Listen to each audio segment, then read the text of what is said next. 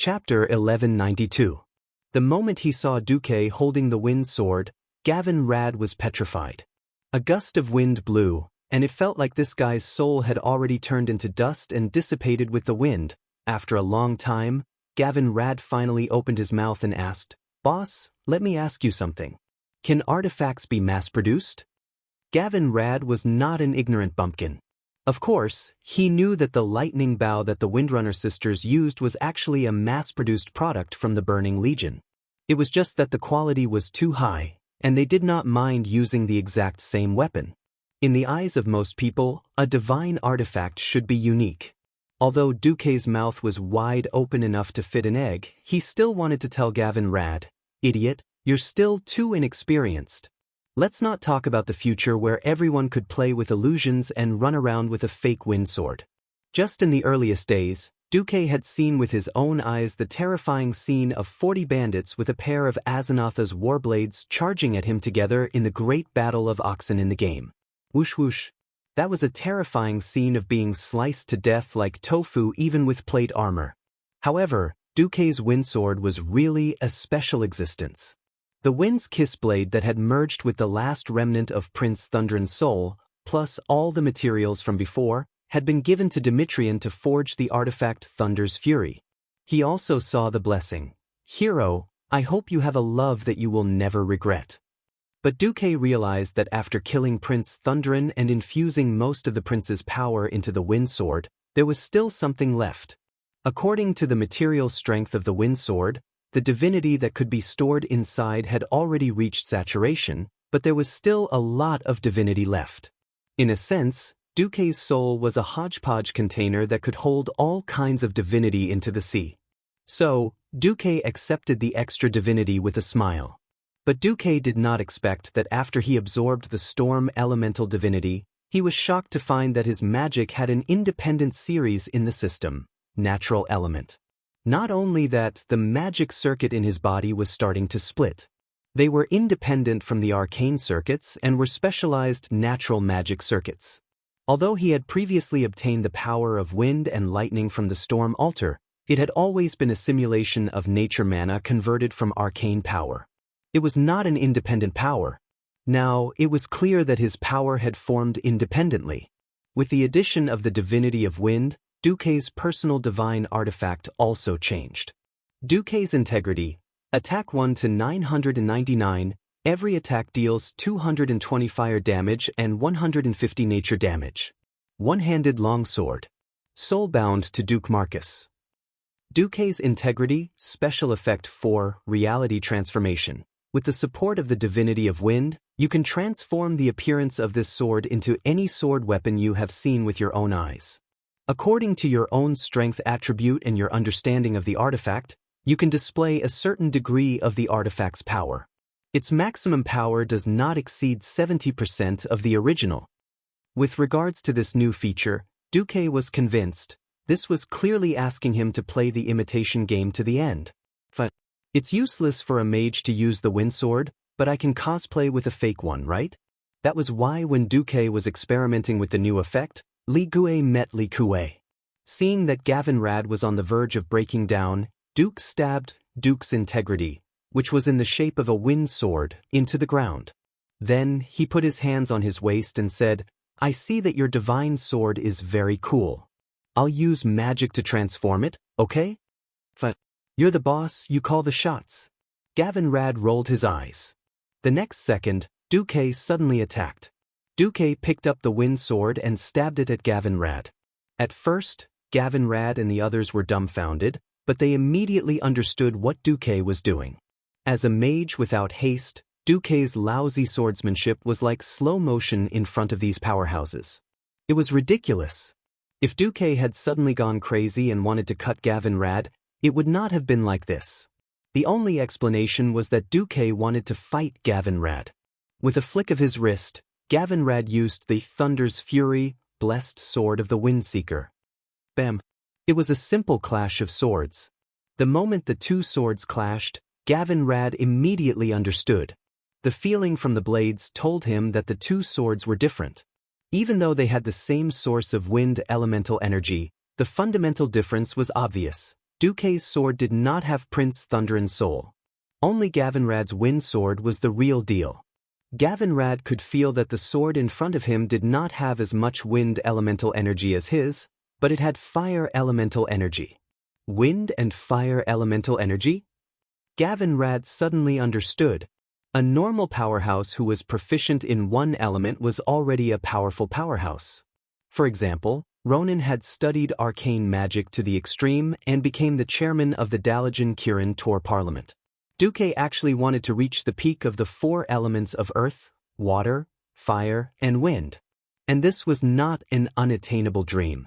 It was a goal that could be achieved, because Duke had already obtained the divinity of two of the strongest people in the territory. Boss, you have indeed chosen a different and noble path. Gavinrad could not help but be in awe and put away the wind sword of his own accord. As Duke put away the sword, he also removed the illusion of Duke's moral integrity. Everyone could finally see that Duke's divine artifact had returned to that strange spiral conical shape. Duke smiled evilly. Everyone's path is different. You choose your own path. Even if the end of the path is hell, you have to finish it even if you cry and kneel, right? Gavinrad's eyes flashed, and he suddenly stiffened up. Alright. Gavinrad, it's rare to get a divine artifact. Don't you want to try the sword? Of course. Gavinrad said decisively. Leave the Riedrich Mountain defense line to me. Duke smiled. That's good. Dear Mr. Storm Knight, Ronin, Jaina, and Elysia will accompany you. I will go to the barren lands with Tyrion. The pair of master and servant lightly touched each other's divine weapons, creating a whistling sound of the wind. The two divine artifacts of the same origin swung apart. At this moment, at the barrier between the barren lands and the dwarves' territory of Lochmoden, the dwarves had built the Greyclaw Mountain defense line according to Duke's suggestion 5 years ago in order to prevent attacks from wild beasts and Black Rock Mountain. It was a fulcrum formed by many fortresses, and it was connected to a continuous stretch of the city wall. Brian was very annoyed. Chapter 1193. Those terrifying dragons hardly needed to stop, and they attacked the dwarves' territory day and night. At first, they could still use the best dwarven hunters to kite the dragons and try to lure them into the barren land. But later, the Dragon Gate apparently received orders from Nefarian and attacked the Greyclaw Mountain defense line. Bulang had no choice but to let the steam bulldozer dig a deep trench in front of the defense line and try to delay as much time as possible. Unfortunately, the dragons had already broken through many lines of defense and were only 2 trenches away from the city wall. Damn it! Why isn't Big Brother done yet? Done. His boss's voice appeared behind him like a ghost, scaring Bulang so much that he almost activated Deity's Descent. Looking at the huge dragons that were easily 2 or 3 stories tall playing in the distance, Magni had been suppressing his anger for a long time. If Duke had not insisted on waiting for the wind sword to be completed, he would have rushed up and killed those dragon beasts. Almost as soon as he came out of the portal, he rushed over with his short legs and jumped off the city wall. Well, when such a big short man jumped over the wall, his short legs even stretched out a few times. Duke and his women couldn't help but laugh on the spot. There was no beauty in the jump, but the landing was incomparably gorgeous. Instantly activating Deity's Descent, Magni, the giant that was the size of a small house, unscientifically announced his arrival with his weight. Bang! A heavy body had a heavy landing, and after he fell, the powerful impact immediately caused an earthquake-like shaking. Then, who the hell dug so many trenches? I can't go over. On the city wall, Bulang Bronzebeard's face darkened. Digging so many trenches was naturally to prevent the dragons from rushing under the city wall and demolishing it. The dragons were so tall, of course, they dug as deep as they could, and at the same time poured oil, tar, and other things to slow down the other party. Well, now they really dug their own people. Who knew you would come back so quickly? I thought it would take 1 or 2 more weeks. Duke rubbed his eyebrows. While the Bronzebeard brothers were spitting saliva at each other, he cast Slow Fall and flew over the trench lightly. He had to admit that when Bulang was not a hunter, he was also a talented defensive player. On the surface, the crisscrossing trenches were there to block the enemy. In reality, there were still some dark paths that ran through the entire defensive line. At first, the outsiders did not think that there was a problem with the road. As they walked, they found that the road was getting narrower and narrower. However, the troops behind them would continue to force the people in front to walk, and soon, they would have to face the sharper and sharper traps on both sides of the road. Spiked pits, high-temperature fires, freezing traps, sulfuric acid sprayers. Bu Lang was using the hunter's skills on the battlefield. Duque concluded that if this guy's heart was cut open, it would definitely be black. Tyrant called out to Duque from behind. "Duque, do you want me to go with you?" Duque waved his hand. "There's no need. I'm just going to have a chat with the dragons." After that, the two sides had a friendly and harmonious discussion on peaceful coexistence, mutual benefit, advancing with the times, and creating a better future together. That's right. If they could fight, they would never use words. Countless magicians' hands floated in the air, casting all kinds of low-level spells on the dragons. Fire, frost, arcane, holy, shadow, nature. The Dalajan mages on the defensive wall finally saw how terrifying the #1 mage in the Alliance of Mysteries was. Duque was a living magic encyclopedia. He alone was a terrifying existence that 10 mages could not compare to. Every dragon that was messing around and destroying the defense line was hit by 5 or 6 spells almost at the same time. In the eyes of outsiders, the draconic beasts were completely unharmed. Only Duke could clearly see the weakness of each draconic beast in the system notification. In the next moment, Duque's whisper of the wind drifted across the entire defensive line. Dalajan mages, listen up. Flatbread uses fire attacks. Diamond uses frost attacks. Triangle uses arcane spells. After giving his orders, Duque added, "Leave the rest to me." The mages' hearts started beating rapidly. Actually, the method of fighting the dragons had long been tested. It was nothing more than using various elemental attacks to find out which element the dragon's weakness was. However, the situation on the battlefield was ever-changing. Many times, it had been tested.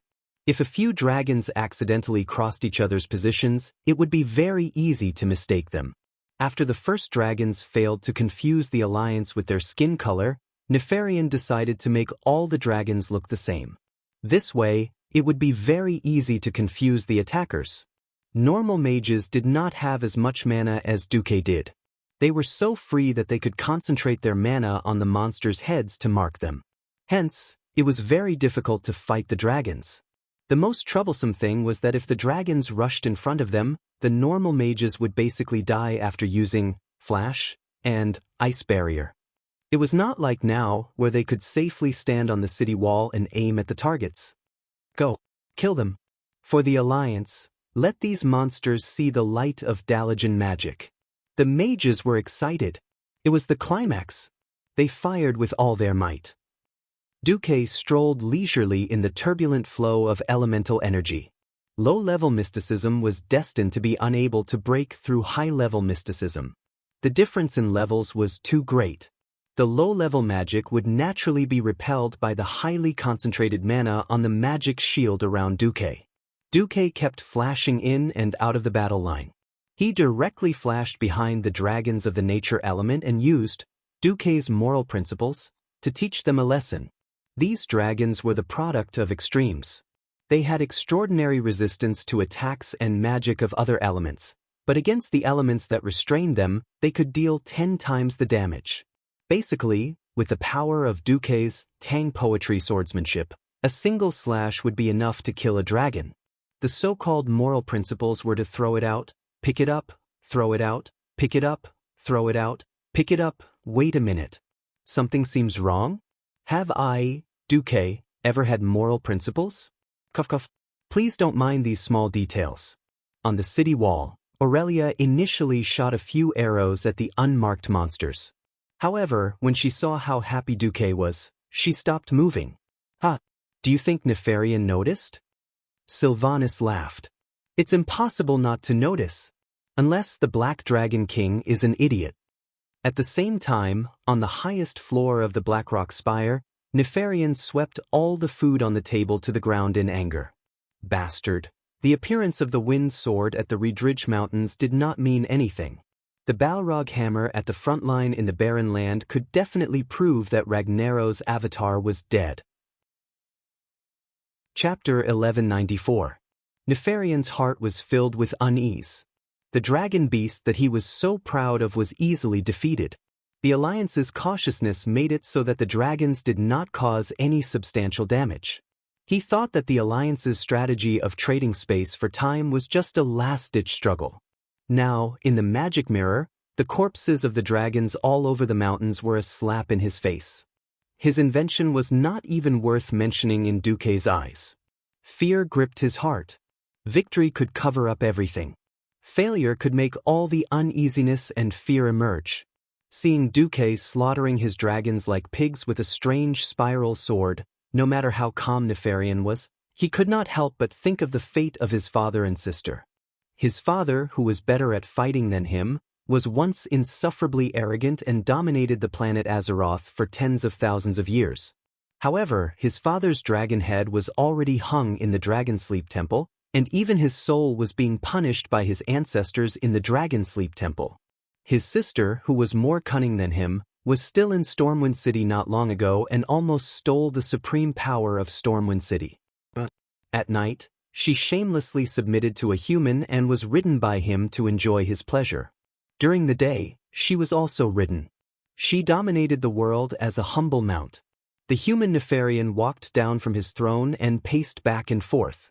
He was thinking about all the possibilities. At this moment, a strong yet weak existence suddenly broke into his domain. He almost immediately sensed the other party's intrusion. He said it was strong because the other party's soul was extremely condensed. He could easily sense that kind of commander-level aura that was not deliberately suppressed. He said it was weak because the other party did not seem to have a physical body. It was just an unimportant projection. Nefarian frowned, turned around, and stepped onto the throne. He said loudly, "Come out." An extremely beautiful and coquettish woman stepped out of the void. With curved horns, black bat wings, a nimble black tail, and typical hooves, she grandly showed her identity to Nefarian. Burning Legion beginner Void Lord Aless greets you, great Dark Dragon King. Nefarian narrowed his eyes. He did not have the slightest good impression of this demon lord's visit. That's right, black dragons were just that unsociable. They didn't like their brethren of other colors, and they hated demons even more. If you have something to say, say it. I'm in a hurry to do the experiment, Nefarian said, displaying his geek nature.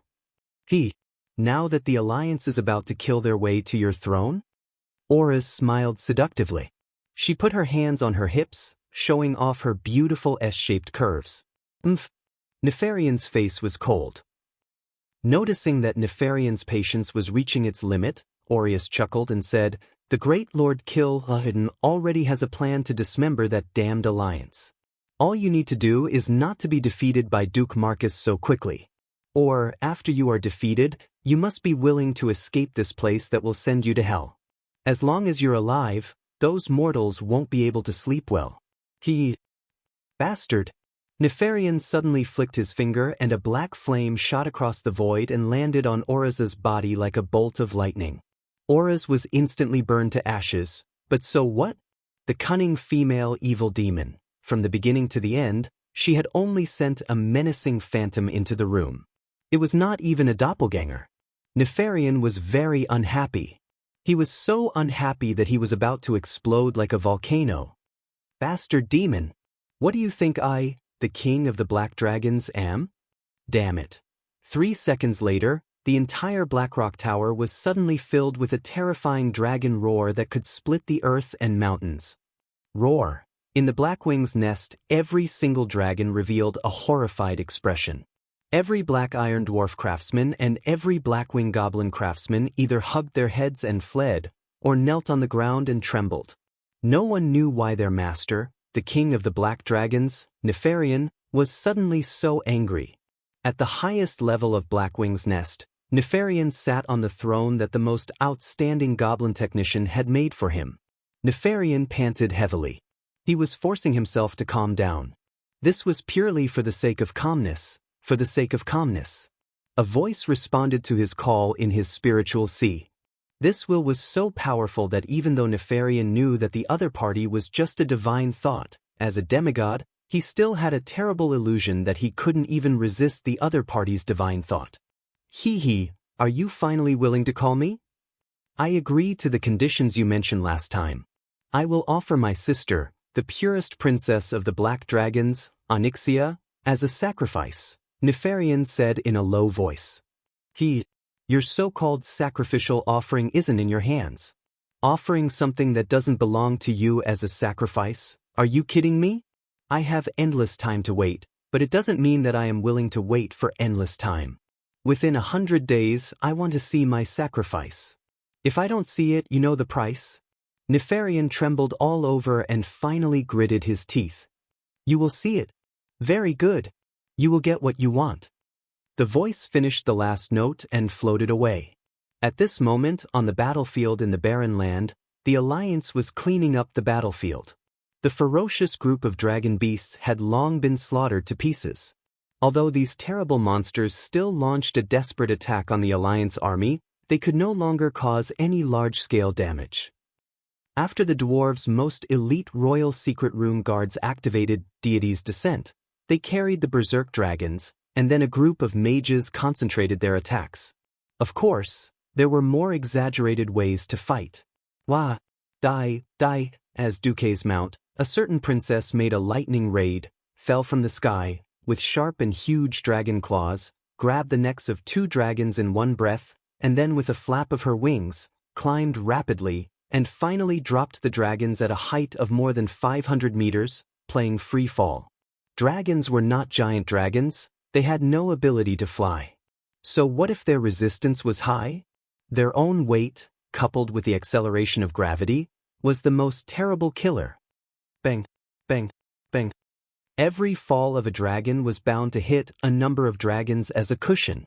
If they were hit, it would be a bloody mess, and several corpses would be broken into pieces, indistinguishable from each other. It seemed that Xianxia was addicted to playing with airdropped dragon bombs. Master, am I not awesome? In the face of the princess of the Black Dragon asking for credit, Duque always felt that her flight trajectory was funny for a while, and for a while, but he could not discourage her enthusiasm, so he could only say, not bad, not bad.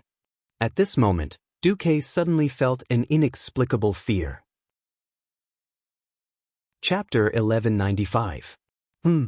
Duque had never experienced such a feeling since he transmigrated to Azeroth. This almost intuitive feeling was not the kind of nonsense that the left eyelid twitching means you're going to get rich, and the right eyelid twitching means you're in trouble. It was more extraordinary, a feeling that involved the rhythm of fate. This was not an exaggeration.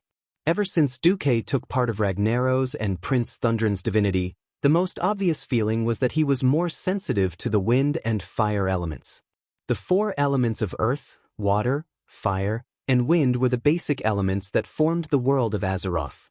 If he received feedback from Azeroth, Duque would not be surprised at all. System Elf, scan my body, mind, and soul, and analyze my strange reaction just now. Understood, host. The system, which did countless calculations in a second, did not come up with anything in the end. But Duque did not give up. He was not the kind of person who had allergies and would be nervous about everything. He was more willing to believe that this was the warning signal given to him by his brain. Sometimes, people would have warning signals in their hearts, but it was not because their rationality found something wrong. Instead, it was his brain that made judgments about his surroundings that were not rational. For example, if there was something wrong with his surroundings, the brain's warning system could not directly connect to the human mind. It could only make people feel that something was wrong in a similar way. Something must be wrong.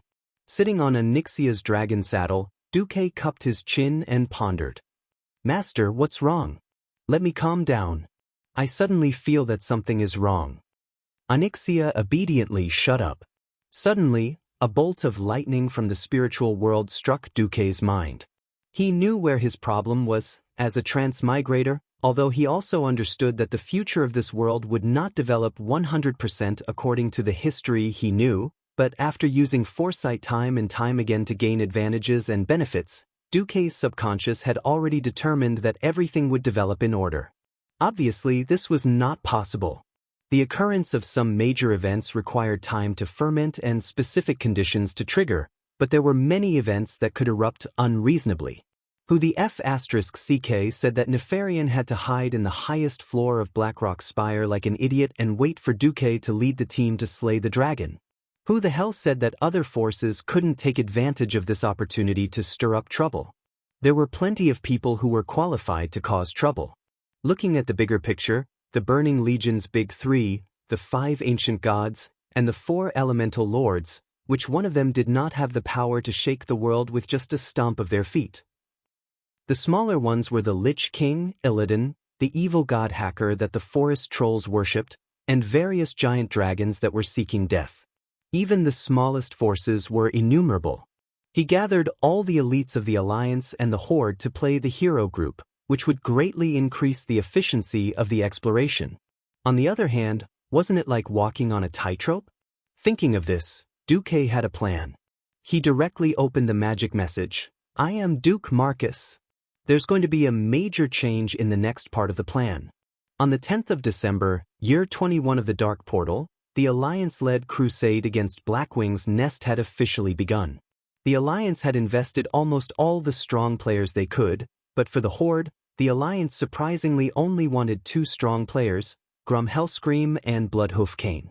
Forget about Varrock, they didn't even want Wajin. Blackwing's nest was obviously a special area. The Black Dragon King Nefarian used his evil magic to seal all connections with the outside world. Not even a magic message could be sent out, let alone a teleportation portal. In this regard, the various kingdoms and even the Horde were a little used to it. During the crusade against the Fire Demon King in the Molten Core, it was the same. The Guardians that were left behind had their own duties. However, on the 1st of January 22 years after entering the Door of Darkness, the entire world underwent a drastic change. In the Thousand Needles at the southern end of the Horde's territory, huge stone pillars stood in the middle of this barren and huge valley. Windy Mound was guarded by the Taurens, and it was the most important stronghold of the Horde. From the bottom of the valley to Windy Mound, it was impossible to walk up the steep stone walls. The only way was to use the Taurens to stir ropes and pull people up using a manual lift. It was daytime, cloudless, and Windy Mound had the best view. Suddenly, a Tauren pointed to the south and said, "Look, what is that?" Buzz, buzz, buzz. The sound came from afar. Soon, it turned from a low buzzing sound to a terrifying buzzing sound that not even a bomber core could make. What the hell? That's not a cloud. Giant insects covered the entire sky. The Sentinel's scream also alarmed the commander of Windy Mound. What the hell? What is that? He roared for the other Tauren warriors to prepare for battle while he informed the messenger, "Find a way to tell the great chief that Windy Mound is finished." It was destroyed by a group of giant insects flying from the south. Within half a day, bad news came one after another. Dozens of attack reports were placed on Thrall's desk. This was thanks to the magic communication system provided by the humans. The unskilled trolls worked hard to spread the news. At least, Thrall was not like the previous tribes, where it would take several days to receive news from the distant border. From the Mosaic camp in the southwest of Feralas, to the Thousand Needles in the south and Gadgetsan in the Tanaris Desert where a large number of goblins gathered, and to the southern part of the Barren Lands, 1/3 of the tribe's control area had been attacked by giant insects. According to the report, these giant flying insects, which looked a bit like praying mantis, came from the Silithus area in the southwest of Kalandor. These large insects did not distinguish between right and wrong at all. They were like locusts that attacked all living creatures along the way. Thrall tentatively asked Wajin, "Is there any news from the Alliance?" In fact, Thrall was asking if it was the Alliance's doing. Wajin smiled bitterly and handed Thrall a report that he had not noticed before. When Thrall saw it, he suddenly smiled bitterly because the report said that a large beetle army had attacked the Cavern of Time in the Tanaris Desert. Well, that was the lair of the bronze dragons. Even if the Alliance did not have the brains to want to cause trouble, they would never burn the dragon's head. After all, the Bronze Dragon King Nozdormu, who was known to have a bad temper, lived there. On the same day, a terrible floating city appeared without warning in the sea near Stormwind City. It was a huge, three-dimensional, diamond-shaped floating fortress. Its appearance naturally caused panic among the soldiers and civilians of Stormwind City. Damn it! What is that? On the tower next to Stormwind Port, Duke Bolvar Fordragon could not help but tremble a little. Chapter 1196. A shrill alarm rang through the sky. Even though Stormwind City had long announced that it had entered a state of war, this majestic city of the southern continent, which had not experienced the flames of war for nearly 20 years since the Dark Portal was restored after the end of World War II, was still in slight chaos. A large number of cargo ships that had yet to enter Stormwind Port hurriedly evaded, and many captains even ordered their ships to rush onto the beach. Anyway, with the help of the Murlocs and Nagas, it was not difficult to drag the ships back into the sea. It was fine as long as the keel and the crew's lives were preserved. In Stormwind Port, the soldiers nervously rushed into the various watchtowers and turrets. Holy light above, how are we going to defend against such a terrifying floating fortress? His Majesty is not here. A Stormwind general muttered. No, I'm here. Along with the sonorous voice, the soldiers of Stormwind were pleasantly surprised to see their king, William Rin, dressed in military attire, striding up the city tower under the protection of his two good partners, Valilla and Brawl. Your Majesty, didn't you go to Blackwing's nest? Not to mention the people below, even Bolvar, who was the regent, did not know that William was actually here. William revealed a slightly bitter expression. Although I don't want to admit it, Brother Duque is really a prophet. The king was the backbone of a kingdom. The backbone was there. The backbone of the kingdom was there. Those who could become commanders were mostly veterans who had experienced many battles, and even 3 battles at the Dark Portal. Facing the fortress that was emitting an evil aura of death in the sky, the commanders did not have to wait for orders from their superiors. Bring out the holy water. Against those monsters, blessed holy light weapons are 10,000 times better than ordinary swords. No, you idiots. I didn't say that you have to throw away your sword. I just want you to bring an extra weapon. While the people below were in an uproar, William, who was on top of the city wall, bowed slightly to the people behind him. I'm counting on you, Lady Solarian. Solarian, who walked out of the city tower, was still dressed in a seemingly ridiculous maid uniform. However, from the envious and hateful gazes of a few Stormwind Kingdom's court mages, one could tell how envious that set of clothes that looked like a maid's robe was. Heavens! They actually dyed the wavering robe black and white and changed it into a maid uniform. What a waste. Only the Marcus family could make a maid's dress out of something that even the great spellcasters were jealous of. William, who had followed Duke on one of his expeditions, was convinced by the Marcus family's heroic spirit. However, envy was just envy. These court mages were all Radiant Moon mages who had spent years and resources to become Radiant Moon mages. Not to mention comparing themselves to Elusia, even Gina Goldsword was far inferior in terms of talent. Although Azeroth had undergone a great change recently, and because the mana was denser than before, more high-level mages had emerged, but talent still determined the limits of a mage's growth. They were very fortunate to be indebted to a Breaking Dawn wizard, Duke Marcus, to personally modify the magic circuits in their bodies.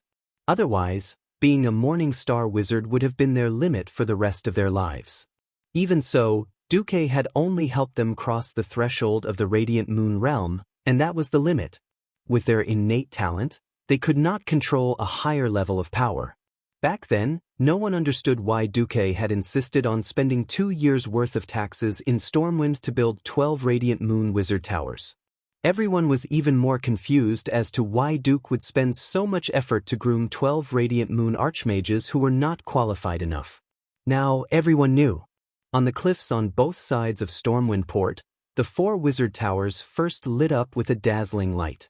Then, the other 8 wizard towers in Stormwind City also shone with the brilliance of fire magic. Fire runes shot out from the tips of the standard hexagonal pyramid-shaped towers. These runes emitted surging waves of fire elemental energy and gathered together in the air, forming a huge magic formation the size of 5 football fields. In the next moment, blazing sunlight broke through the clouds and landed on this exaggerated magic formation. Immediately, it was reflected and turned into a scarlet pillar of light that pierced through the sky. In an instant, it conquered more than 10,000 meters of the void and fiercely bombarded the huge floating fortress. A terrifying dark aura surged out from the fortress, forming a hemispherical shield of light in front of the golden pillar of light. Bang! Black and yellow, the two colors that symbolize darkness and fire, collided intensely in the air. This short confrontation firmly attracted the gazes of the hundreds of thousands of soldiers and civilians in Stormwind City. No one dared to look away. Even if their throats were dry, even if their eyes hurt, everyone did their best to open their eyes wide, wanting to witness what would happen next. Would the powerful magic bombardment end in failure, causing Stormwind City, the majestic city of the southern continent that had been in operation for almost 20 years, to be trampled again? Or would the opponent's seemingly invincible floating fortress suffer a head-on blow, and the soldiers and civilians of Stormwind City once again defend the safety fortress that they had built with their blood and sweat for 20 years? The answer would be revealed in the next 3 seconds. 1 second. 2 seconds. Abruptly, the thick black light shield finally caved in like a boulder that had been smashed by a tremendous force. It let out an earth-shattering crack. In the next moment, it was as if time had frozen. Everyone could clearly see that the black protective shield had been completely pierced. It was purely because the floating fortress seemed to have refracted the pillar of light at the last moment, thus avoiding the nightmare of being pierced through in one shot. Even so, everyone could clearly see that the entire northeast corner of the four-cornered, cone-shaped fortress had been blown up. Everyone could hear the earth-shattering explosion. Countless rocks were knocked away from the floating fortress and fell into the sea like a heavy downpour. Damn it! Damn it! How could this be? His Majesty had painstakingly found Naxxramas. In the command post at the core of the fortress, the great Lich Kel Thuzad was hopping mad. Many years ago, the Crypt Lord Enubalak led a group of undead warriors into the Narab Psionic Tower that was now named Naxxramas. The forces of the Scourge wreaked havoc in the fortress. The will of the Lich King transformed the passage of the fortress into a powerful war machine. Dark magic pulled the fortress up from the ground and floated in the air. Everyone thought that once Naxxramas appeared, the Alliance countries could only raise their hands and surrender. Who knew that Duque would turn Stormwind City into a hedgehog city armed to the teeth, so that Naxxramas couldn't even attack? Chapter 1197. After the main cannon fired, it was time for the mage towers to open fire. The chaotic light streaked across the sky, and it was a beautiful sight. Elemental magic cannons of various colors bombarded the jet-black outer wall of Naxxramas that was emitting a green light, blooming with strange fireworks. Obviously, even without the outermost magic shield, the walls of the fortress itself had been treated with powerful protection spells, and it had a good magic defense. In each mage tower, the magic apprentices were the lowest-level magic craftsmen, and also the cannoneers of the magic cannons.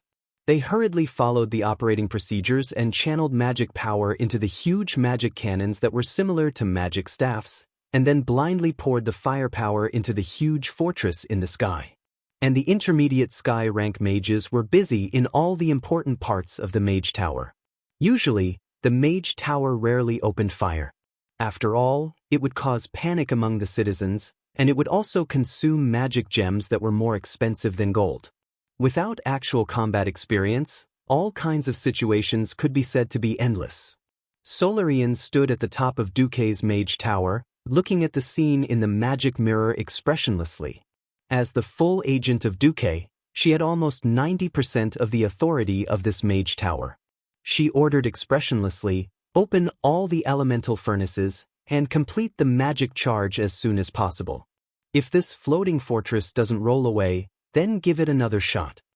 The higher-ups moved their mouths, and the people below broke their legs. Below them, there was a commotion. In the floating fortress of Naxxramas, if the dead could have any other color, it would be ashen. Unfortunately, it was not possible. "My lord, what should we do?" A lich bowed and asked Kel, "Thazad."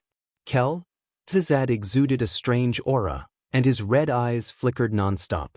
In the end, his strange skull with 2 pairs of horns moved.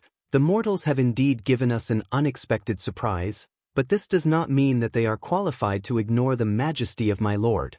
Go, spread the glory of my lord, and then we will go to the Iron Furnace Castle." It was as if a meteor shower fell from the sky. Every Alliance soldier knew that it had nothing to do with beauty and nature. It was a huge patchwork monster, or a large zombie monster. Storm City could protect hundreds of thousands of people in the city from harm, but it could not protect the civilians outside the city.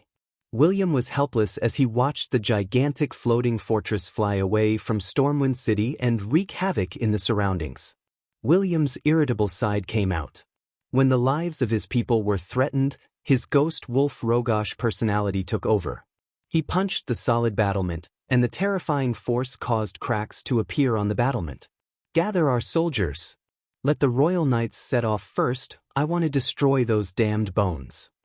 "Please wait a moment. Your Majesty, you should at least wait until Kudran's Griffin Legion arrives." Right.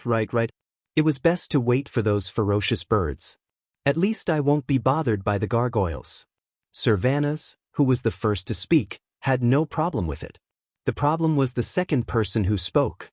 That person had a lazy voice, and it gave William a headache, especially the Earl of Stormwind insignia on his chest. "Yep, it's Xianxia." She had been left by Duque to work for William. Duque had beaten her up with the dragon-taming whip a few times before she agreed. However, one of her requests was that Stormwind had to give her a proper name when ordering her around. Hence, there was one less Countess Katrana and Risto, and one more Countess Xianxia. Although it was a little pitiful for the Princess of the Black Dragon to only be a countess, she was considered to have entered the alliance openly. Because of this, Duque had set 3 rules for everyone during the alliance meeting. She could work for them, but she had no say in any of the decisions. She also put forward a strange condition. She refused to be ridden by any male, and only agreed to let a few queens or the high priests of the night elves sit on her dragon saddle. William had a lot of respect for Servanas, a heroine who stood up for her compatriots when they were in despair. He suppressed his anger, gritted his teeth, and nodded in agreement. "All right, we'll deal with those despicable bones when everyone arrives." William's eyes were still fixed on the floating fortress. Waiting was painful. By the time the Griffin army from the Reedridge Mountain and the Watchtower arrived, Naxxramas had already wreaked havoc outside Stormwind City. Although William tried his best to evacuate the people, more than 50,000 people were killed in a short span of 24 hours. Most of them had been turned into zombies or skeleton soldiers. Gold's Higher Town, south of Stormwind City, was completely razed to the ground. This also meant that the railway hub that ran through Stormwind City had been destroyed, and the railway traffic was paralyzed. Kel Thuzad also ordered an attack on the Northshire Abbey and destroyed 5 of Stormwind's new army camps. When more than 1,000 griffins arrived, Xianxia let out a long cry and flew into the sky. Together with a dozen pure-blooded firehawks, Naxxramas began to recall his troops and flew towards the north. In 3 days, Stormwind had left nearly 100,000 undead, and the ground was full of devastation. The problem was that even though the Alliance had gathered thousands of air forces after 3 days, they still couldn't do anything to this floating fortress. The terrifying negative energy magic cannons caused a barrage of bullets so dense that even Xianxia didn't dare to rush over, let alone the pure-blooded fire hawks and griffins. The Alliance's air force sent Naxxramas off almost all the way, from the Elven Forest all the way to the north, across the Scorching Canyon, to Loch Moden, to the wetlands across the straits, to the destroyed Torrent Fortress, to the Eagle's Nest Mountain, and finally into the eastern Plaguelands. Every time they arrived at an Alliance settlement, Naxxramas would drop a large mass of shadow energy from the air, then drop a group of undead soldiers as seeds, and start a massacre everywhere. They weren't afraid that the Alliance would kill off their airborne troops. After all, They were all worthless bones. It wasn't that the Alliance didn't know that this move of Thuzad's was most likely to tie up the Alliance's forces and reduce the pressure on Nefarian in Blackwing's nest. But the Alliance couldn't come up with a better solution, because the Alliance didn't have the corresponding measures to fight against Naxxramas. They could only let the Blood Elf archers led by Sylvanas ride Dragonhawks, and the Dalajan mages follow Naxxramas. They also did their best to coordinate with the troops on the ground. In the middle of January, something even more disgusting happened. The Amani trolls hiding in the depths of the southeast of Long Song Forest, and the trolls in the east of Stranglethorn Vale, who believed in the evil god hacker, caused trouble at the same time. It could be said that there was no mastermind behind all this. Chapter 1198. These days, the Alliance held meetings almost every day. Everyone was glad that Duque had left most of the strong people in the hero group behind at the critical moment, but they were also worried about Naxxramas' shameless tactics. Obviously, what Duque said before he left should be correct. Arthas, who had become the Lich King, had not yet awakened. If an enemy came, it would at most be Arthas's adjutant, Thuzad. The problem was that Thuzad was also very disgusting. If the Lich King was excluded, the Alliance and the Scourge army would set up a battle formation, and the Alliance's millions of troops would definitely beat the Scourge army to pieces. But Naxxramas was leading the Alliance's main force in circles.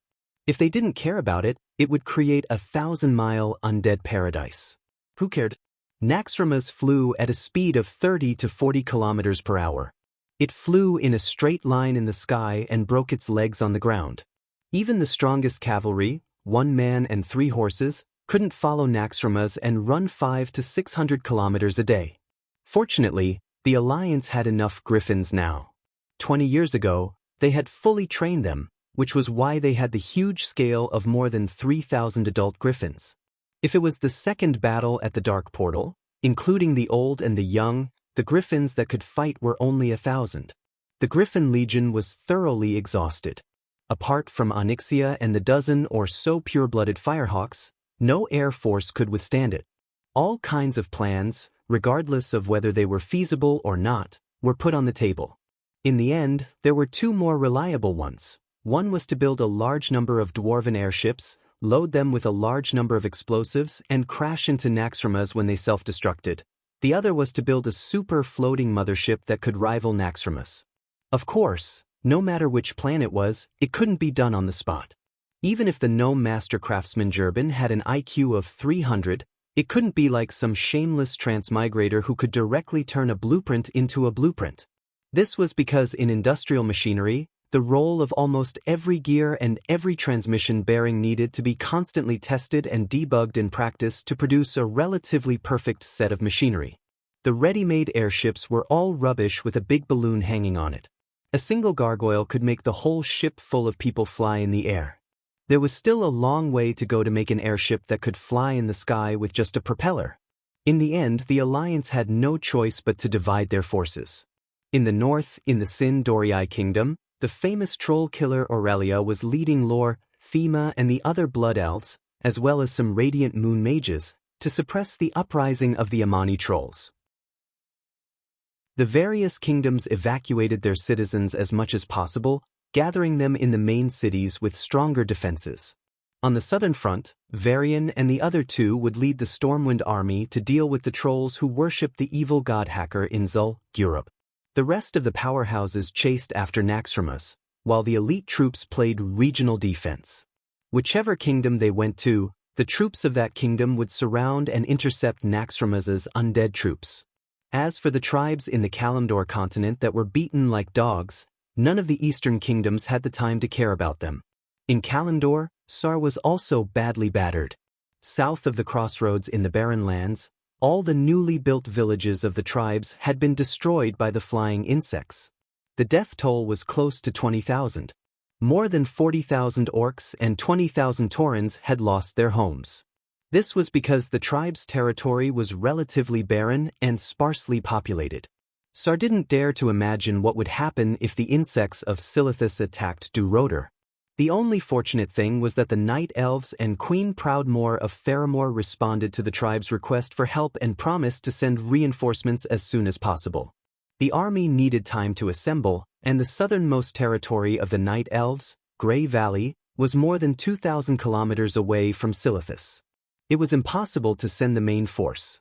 The only ones who could come were the sentinels of the Feathermoon stronghold stationed on Sardo Island in the southwest of the Kalandor continent. But no one expected that on the 5th of February, the undead floating fortress Naxxramas, which had disappeared from the eastern kingdoms, would attack the Trolls' territory, Darkspear Island, in the middle of the night. On the 7th of February, they attacked the Horde's main city, Agrima. On the 10th of February, they attacked the Tauren's main city, Thundercliff. Because the Horde seriously lacked long-range attacks. The destruction and casualties caused by Naxxramas to the Horde were at least 3 times that of the Alliance. More than 50,000 soldiers and civilians of the Horde died in battle. The vitality that they had recovered after crossing the Kalandor continent could be said to have been swept away once again. On the 11th of February, after almost sweeping Thundercliff, Naxxramas turned around and seemed to be ready to attack Agrima again. Sal, who was almost forced to a dead end, finally officially announced that he would accept the Forsaken into the Horde and continue to provide support for the Horde's Mage Corps. When Anastrian led the former members of the Silver Moon Council to repel the attack of Naxxramas in Agrima, the orcs burst into thunderous cheers. Unfortunately, Sal couldn't laugh.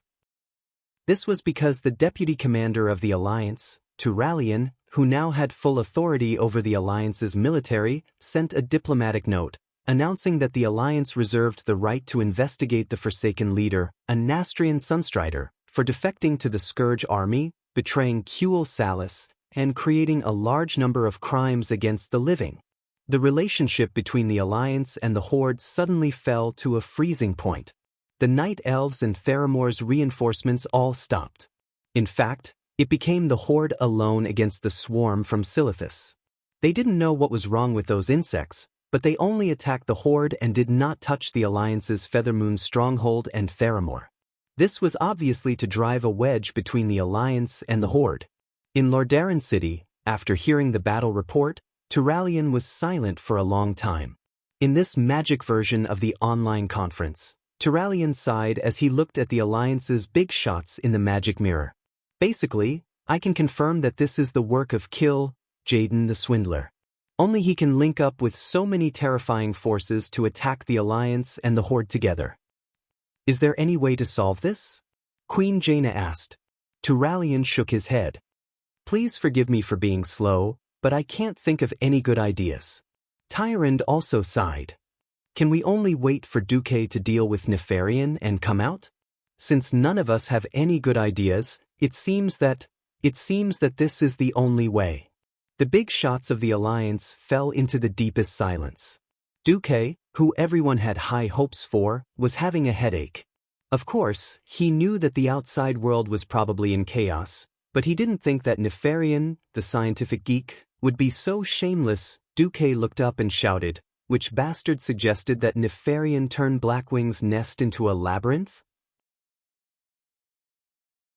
Duque could activate Ice Barrier to block it, but the others could only practice the Lying Dead Sword technique. The only way to solve this problem was to control a special controller on a high platform. Through it, they could temporarily control Razorgore to dismantle all the dragon eggs. Seeing that the 3 warriors had almost reached the charging distance, Duque's face darkened. He could only suddenly shout like a charlatan. "Wait, we can't kill that guy now. Do you see the flag on his back? It says in Draconic, after this battle, we'll go back home to get married.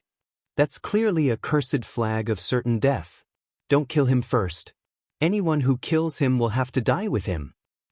Ignoring the fact that the 3 warriors who were born with low intelligence really had, "I believe him," written all over their faces. So what? The other 6 felt that Duque was just spouting nonsense. The only thing stopping them was Duque's prestige.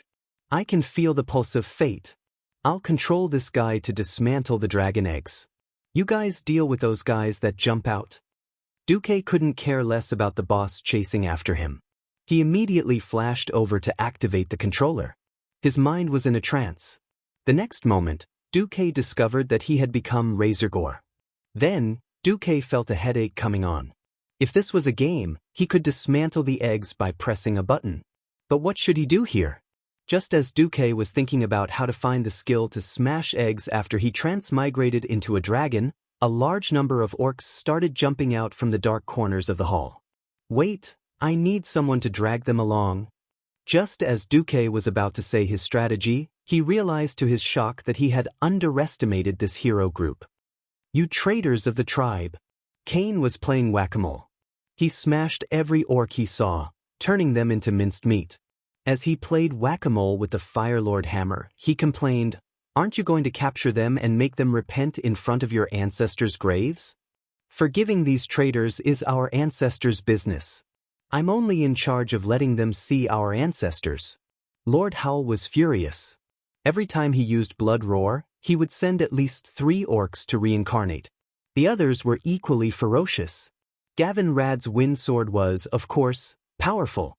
With a flash of lightning, he killed a large number of orcs. In the game, the players were unable to deal with the increasing number of orc assault teams, so they had no choice but to have a warrior drag a group of monsters to run in circles. In reality, these people who wrote about heroes being butchers were too ferocious. At the very least, they could kill one with 1 arrow like Windsor. Why would they still need to pull a train? They could just clear the field. Just like that, Duque was able to leisurely scan Razorgore's brain, which had a very small capacity, and find the divine skill of opening dragon eggs hidden in his memory. Then, he could easily destroy all the dragon eggs on the field. After dealing with the dragon eggs, this boss was a weakling. When Duque announced that he could deal with this guy, the group of bastards practically swarmed him. "You're stabbing the boss? What a coincidence. I'm stabbing too. How about we do it together?" "Sure. Let's stab together." The 4 godly weapons, Duque's moral integrity, Ashbringer, Firelord's hand, and Thunder's fury, continuously shone with a radiance that belonged only to them. The result of the 4 beasts attacking together was that the number 1 boss of Blackwing's nest could not last more than 10 seconds before he died. The moment the wild Razorgore died, the Blackrock orcs that had swarmed him scattered in fright. "Come back, you bunch of cowards! Have you all forgotten the glory of the Blackrock tribe?" Grandpa Howl flew into a rage. Seeing Razorgore fall, Duque let out a sigh of relief. "It's fine now. We'll just kill our way through. There shouldn't be any leaders who can stop us. They're just going to die one by one." Duque cursed in his heart. If they could attack together, why did they have to die one by one? The next moment, the wall leading to the second boss suddenly collapsed, and 4 powerful auras surged out. Duque's face was stiff. "Pretend I didn't say anything." Chapter 1200. The second was the fallen red dragon Varistaz. The third was the draconic beast Broodmother. The fourth was the adult black dragon Fillmore. The fifth was also the adult black dragon Ebonrock. It could be said that other than the fallen red dragon, if the other bosses came one by one, they would definitely be sent to their deaths. But if they came together, it would be fun. The ancient red dragon Varistaz's movements were incomparably ferocious. A pair of scarlet claws tore through the wall in front of him as if it was a piece of paper. He was clearly using the most direct method to tell Duque and the others what an ancient beast was, but his mouth was muttering something that made one's heart ache. "Duke Marcus? It's too late. Nefarian's power of corruption has already taken effect. I can't control myself. His hatred and anger have made me unprecedentedly powerful. Run, mortals. The anger of the Blackstone King is surging in my blood. Please, I beg of you, run, run before I lose my mind. The black flame is burning in my heart, I have to release him." The pitiful ancient red dragon begged Duque and the others to escape, but his companion did not appreciate it. The black dragon Fillmore pounced and pressed his claws on the back of Varistaz's head, laughing coldly. "Idiot! Since you've fallen, you should enjoy the pleasure of falling. In the name of the great black dragon king Nefarian, go! Kill these invaders! Redskin slaves! Flames, death, destruction. You mortals, let Lord Nefarian's power. No, I want to fight. Alexstrasza, help me, I must fight to the end. The red dragon desperately prayed to the queen he worshipped and believed in. Unfortunately, his queen was destined to be unable to answer his call. This was because Alexstrasza was either trapped in the void battlefield in the universe, unable to leave, or she was dealing with the Silithus bug tide. Nefarian's trap and the whispers of the ancient god Enzos were a terrifying combination that easily exceeded the limits of his willpower. Veristaz, who was crying dragon tears and uttering the most unbearable words of repentance, pounced on Roland. On the other side, Magni, Grom, and Cain shouted the same name, Duque. The more dangerous the situation was, the more they needed a clear order and a unified will. At times like this, even the wrong order was 10,000 times better than doing nothing. Duque's expression was firm and his gaze was firm. Every word he said was like a lighthouse in the dark sky, guiding everyone's heart. Old Bull Dragon Beast, Shorty Double Flight, Gavin Red Dragon, focus fire with me. There were only 10 people, yet they had to face 4 bosses at once. If it were any other team, they would have already chosen to bow their heads to fate and await death in despair and fear. They, on the other hand, had gone through so many trials and tribulations along the way. When had they not faced terrifying existences that transcended the mortal world as mere mortals? The Lich King, Archimonde, Ragnaros. He wrote his will again and again, but every time he came back, he would throw it into the wastepaper basket with a bitter smile. Looking back, he felt a sense of relief in his heart. A true warrior dared to face the most terrifying life. In the face of evil, someone had to stand up. Since fate had chosen him, then he would use the brightest smile to face the darkest and most hopeless situation. As long as he believed in Duque, he might once again be able to turn the enemy into ashes in the blink of an eye. Haha. Who was laughing so boldly? Haha. Who was it that was facing a tragic death? At this moment where time seemed to stop, everyone in the team suddenly let go of everything. No race, no gender, no occupation. Come on. Let's hurt each other. Let your grandpa Bull teach you what it means to fight. Cain charged forward violently, crashing straight into the dragon leader, Broodmother Leroy. The 2 huge humanoid creatures crashed into each other like Mars crashing into Earth. This was a clash of strength against strength. This was the purest form of violence between males. The moment the 2 of them crashed into each other, there was a muffled sound like an earthquake.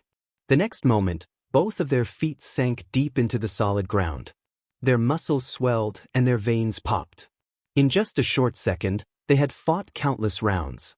Shifting his center of gravity, turning his hand to capture, in the end, Old Bull's technique was better. With a swift twist of his wrist, he grabbed Broodmother Leroy's neck, and then pushed the dragon leader to the exit of the labyrinth like a bulldozer.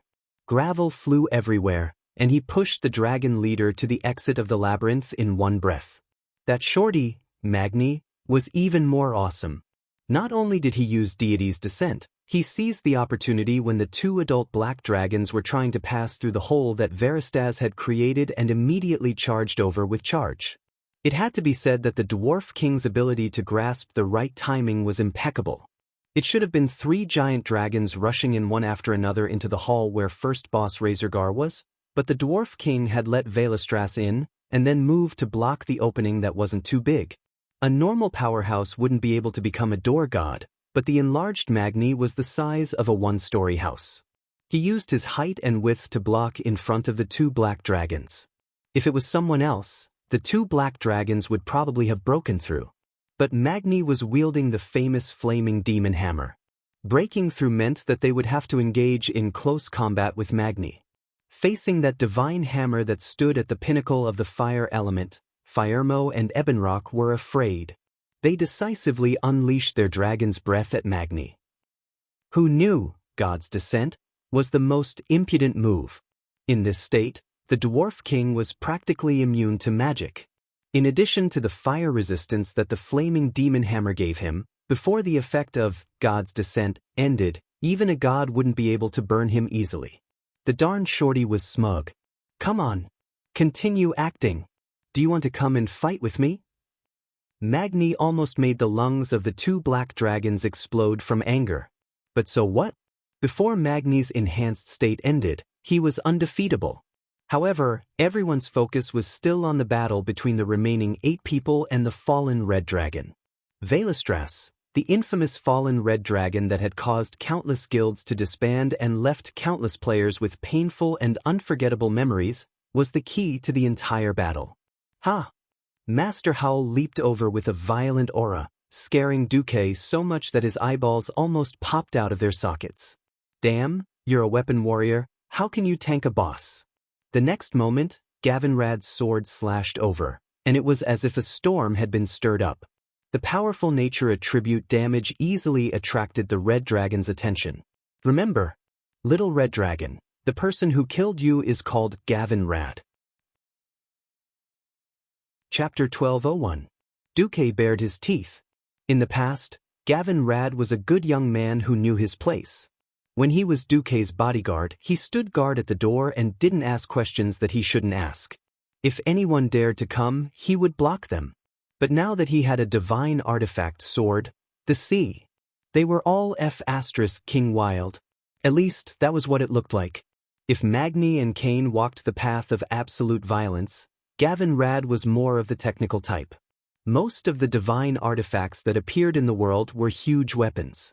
Just the weight alone made Duque want to die. Although Thunder Fury, Blessed Sword of the Windseeker, wasn't as exaggerated as Ashbringer, it was definitely a two-handed sword that normal people couldn't hold with one hand. But Gavinrad could swing the wind sword like a windmill, left and right. Because he swung it so fast, it looked like he was swinging a huge whip instead of a lightning sword that looked like a fork. Zap, zap, zap, zap. The terrifying sound of wind breaking rang in everyone's ears. Zap, zap, zap, zap. It sounded like thousands of lightning snakes dancing in the air. The sound of wind and thunder filled everyone's ears. No one noticed that a faint red aura permeated the surroundings. That was Verista's red dragon essence. An ancient red dragon that sought self-destruction after his fall was using this method to nourish his enemies. His mind was in a mess, but his heart still yearned for the light. He still tried to help these invaders as much as he could. He attacked every mortal in a frenzy, but he also hoped that this small team of mortals could really create a miracle and end his fall, even if it meant the end of his life. Whoosh! Another circle of scorching flames spread on the red dragon's huge body. If someone had a weak resistance to fire, they would probably have been burnt to a crisp in that instant. Duque raised his hand, and a wall of fire suddenly blocked the red dragon's flaming nova. He absorbed the red dragon's flames at a higher temperature. However, Veristas was not scary because of the itchy flames, but because of combustion stimulation. Kalia suddenly discovered that her entire body was bathed in flames. This flame did not burn her body. Instead, it stimulated her, and a strong sense of excitement rose in her chest. She suddenly discovered that not only did she have an almost inexhaustible amount of magic power under the nourishment of the red dragon essence, but all her healing spells that required casting time were now instantaneous, as if she had learned all the metamagic abilities in this area in an instant. Duque, focus on healing for 15 seconds, then leave it to me. Kalia realized that Duque's face was actually dark. Of course, Duque was worried. Because in the original history, all the people who were hit by burn stimulation could first deal crazy damage for 15 seconds, and then no more than 20 seconds at most, the excess red dragon magic in the body would exceed the limit that the human body could bear, directly causing the person to explode and die. Not only would the person under the spell die, but they could also blow up their teammates when they self-destructed. If he had not snatched the divinity of Ragnaros, Duque would not have fought with the fallen Veristas like this. Perhaps he would have taken a gamble and let Onyxia and the red dragon fight each other. But firstly, Duque always felt that Nefarian would do something bad to Onyxia. Secondly, after snatching the divinity of fire, Duque had a deeper understanding of his own magic control.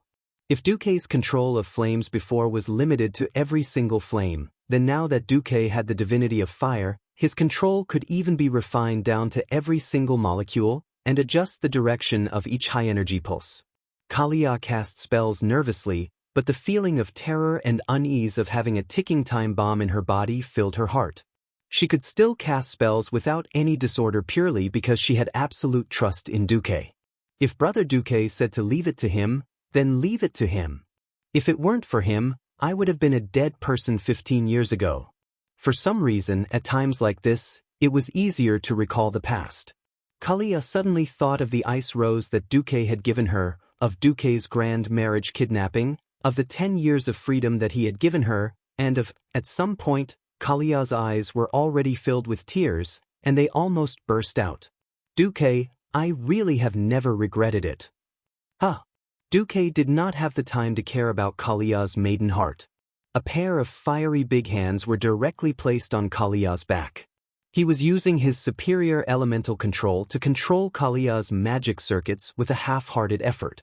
But where is it? Duque firmly believed that there would not be a self-destruction for no reason. Whether it was red dragon essence or combustion stimulation, it must have been Veristas using some form of influence on the human body, and in the end, it overloaded the human body and caused the tragedy. Duque scanned Kalia's body in various ways and from various angles at a frequency of 100 times per second. Kalia felt a strong sense of shame for no reason. It was not just like a pure girl suddenly being viciously violated by a hooligan. It was more like selling her body and soul on a deeper level. Kalia's entire body trembled, but she still did not resist. She stopped casting spells and leaned back almost backwards, relying on the support of Duque's hands to keep her standing. But what was the key? Large beads of sweat seeped out of Duque's forehead. Suddenly, Duque had a discovery. Duque scolded softly. He pushed with all his might, almost causing Kalia to fall forward. But the effect was obvious. Everyone could see that between Kalia's white breasts, a fireball the size of a baby's fist seeped out as if it was seeping blood, and suddenly shot out. Bang! There was a loud sound. It was a terrifying explosion caused by the purest fire elements accumulating. Damn it! The concentration of fire elements is too high, causing the human body to become a large fire elemental door? Duque muttered. At this moment, Kalia was in Duque's arms in a standard princess carry position, panting heavily. She knew her own body best. It was obvious that she had been hovering at the gates of hell just now, and it was purely Duque who had pulled her back. Duque, I believe in you, forever, Korea said with a smile. Suddenly, Gavin Rad screamed, Boss? Boss, I've been hit by that thing too? Do I have to be carried by you in a princess hug to survive? 18 seconds later, Duque kicked Gavin Rad flat on his face, and then a ball of fire jumped out and exploded. Chapter 12:02. Roar. The fallen Valistras' eyes were bloodshot. His yellow pupils were now covered in a bloody mist. Before the flames accumulated in Gavin Rad's body exploded, his target had always been Gavin Rad. However, after the explosion, he seemed to suddenly lose interest in this holy knight who was shining with golden light and using the power of wind and lightning to deal heavy damage to him. No matter how brave Gavin Rad was, how coquettish he was, or how he taunted him, the red dragon ignored him. He chose to attack the target he liked.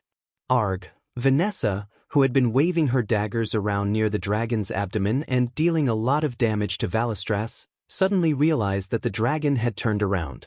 Being stared at by a pair of eyes filled with madness, Vanessa was so scared that she almost peed her pants. Subconsciously, she cast invisibility to make herself disappear from the dragon's sight and senses. Where are you looking at? Big lizard. At this critical juncture, Lord Howl stepped forward. Grom leaped high in an unscientific manner. That leap at the cost of burning his fury allowed him to cross a height of 30 meters in an instant and fly straight to the ceiling of the hall. Lord Howl did an unexpected and nimble somersault in the air, allowing himself to stand upside down. His legs pressed against the ceiling like springs, and he used the momentum of falling to the ground to push himself back down. Lord Howl's full-powered attack had the power to kill an abyssal lord. Not to mention, Red Dragon Essence also gave him extraordinary fury energy. Blood Roar, this mournful crimson light actually suppressed the radiance of Red Dragon Essence, that the red dragon had spread in the air. Boom! The huge impact produced a violent force akin to that of a tactical nuclear bomb. Even the red dragon, whose body had been strengthened by the power of corruption, could not withstand this blow. Arg! Valestras let out a very human-like scream. Everyone could see that there was a bone-deep axe mark on his extended left dragon claw. The tough dragon scales, tough dragon skin, and sturdy dragon flesh were all unable to withstand this attack. Arg! Tyrion Fordring, who had been playing by the rules since the start of the battle, suddenly launched an attack. If Mograine's, Ashbringer, was a sun that illuminated the entire land and made evil have nowhere to hide, then Tyrion's, Ashbringer, was like using the best steel on the edge of a blade. Tyrion was already recognized as the #1 person in the Holy Light. This was not a false praise, but a very solid ranking. Saidan was more like a pure martial artist. His understanding of martial arts was above that of Holy Light. Gavinrad's talent had gone awry. He was now more like a thunder warrior than a paladin. Turalian's Holy Light was the weakest among the 5 Silver Saints from the very beginning because his specialty was in commanding an army. If he had not inherited Lothar's, Quell, Zarum, his combat power would probably only be second-rate. The purity and strength of Theon's Holy Light were far superior to the other 3, but he still used the Holy Light in his body in a stingy way. Now, he was using his performance to tell everyone why. The bright Holy Light was long, narrow, and beautiful. Theon wielded Ashbringer as if it were a paper fan, splitting the hall that was filled with a scarlet aura into 2. The golden sword light fell, and the space seemed to be strangely distorted. The fallen ancient red dragon moved its body, and a line of blood that emitted golden light appeared along its shoulder and the wound on its left claw, running across its entire claw. The golden line continued to extend backward, leaving a dazzling golden ripple in the air. It swept across the hall, which was quite small for a dragon. Wherever it passed, the benches that should have been used by Razorgore's orcs were broken in rows. With a crisp crack, the golden line swept across the scorching western wall of the hall. The perfectly straight and slanted black line on the wall rapidly expanded in a few seconds, turning into a bottomless ravine.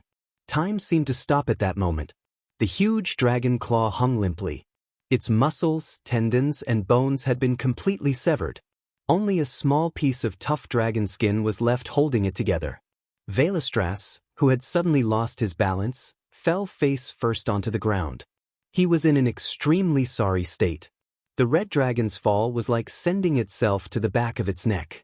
How could the powerhouses let go of such an opportunity? Gavinrad was the first to pounce. His divine artifact sword was wrapped in bright purple lightning. If the wind sword was replaced with a hammer, he would be the god of Thunder Thor. Lightning flashed, and thunder rumbled. Gavinrad's full-powered attack directly pierced the weakest joint between the dragon's neck and body. As Valestras screamed, his long, snake-like neck snapped in half and bit Gavinrad out of reflex. Holy Light rose, and Gavinrad activated his invincibility. Even though he was protected by the holy golden light, his sharp teeth still bit the light shield, producing a terrifying sound that made one's teeth ache. Sasha suddenly used aimed shot, and the arrow, which had been charged up to the maximum, hit the dragon's jaw. It only stopped the red dragon for less than 1/10 of a second before the powerful bite was activated again. If the invincibility period was over, Gavinrad would be finished. Boss, do something, or I'll die. Gavinrad was so scared that he almost peed his pants. I'm coming.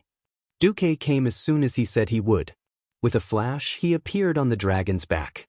The divine artifact sword in his hand, which shone with flames and the light of wind and lightning, pierced into the back of Valestras' neck through the terrifying wound that Gavinrad had created. The spiral-like blade avoided the protrusion on the neck and pierced through the gap between 2 vertebrae, stabbing into the red dragon's cervical nerves. Sizzle! A strong electric current traveled along the red dragon's nerves to its entire body. The huge dragon's body immediately convulsed, and then it froze. A second later, Duque stood on the dragon's head and pressed down with his magic palm. Sensing that Duque was invading his spiritual world, The red dragon screamed in despair. No. It's too late. My memories have been erased, and half of my soul has been destroyed. I'll only be a slave to the Black Dragon King. Give up on me. I don't want to make my sins even worse. There's more than one Nefarian among the so-called Black Dragon Kings. Duque laughed as he raised a 1/5 of platinum high up. This is... Valestra's pupils suddenly constricted as he felt a coercive force coming from above. Chapter 1203.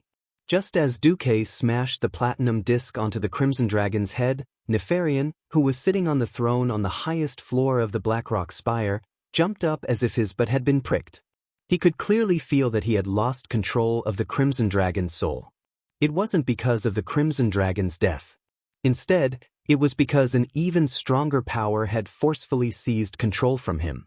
This was a resounding slap to his face. He knew what was going on. He claimed to be the king of black dragons, the supreme ruler of all black dragons. Now, he was defeated by the remaining power of his father. Even if Duque had used a trick, it was still a devastating blow to his confidence and pride.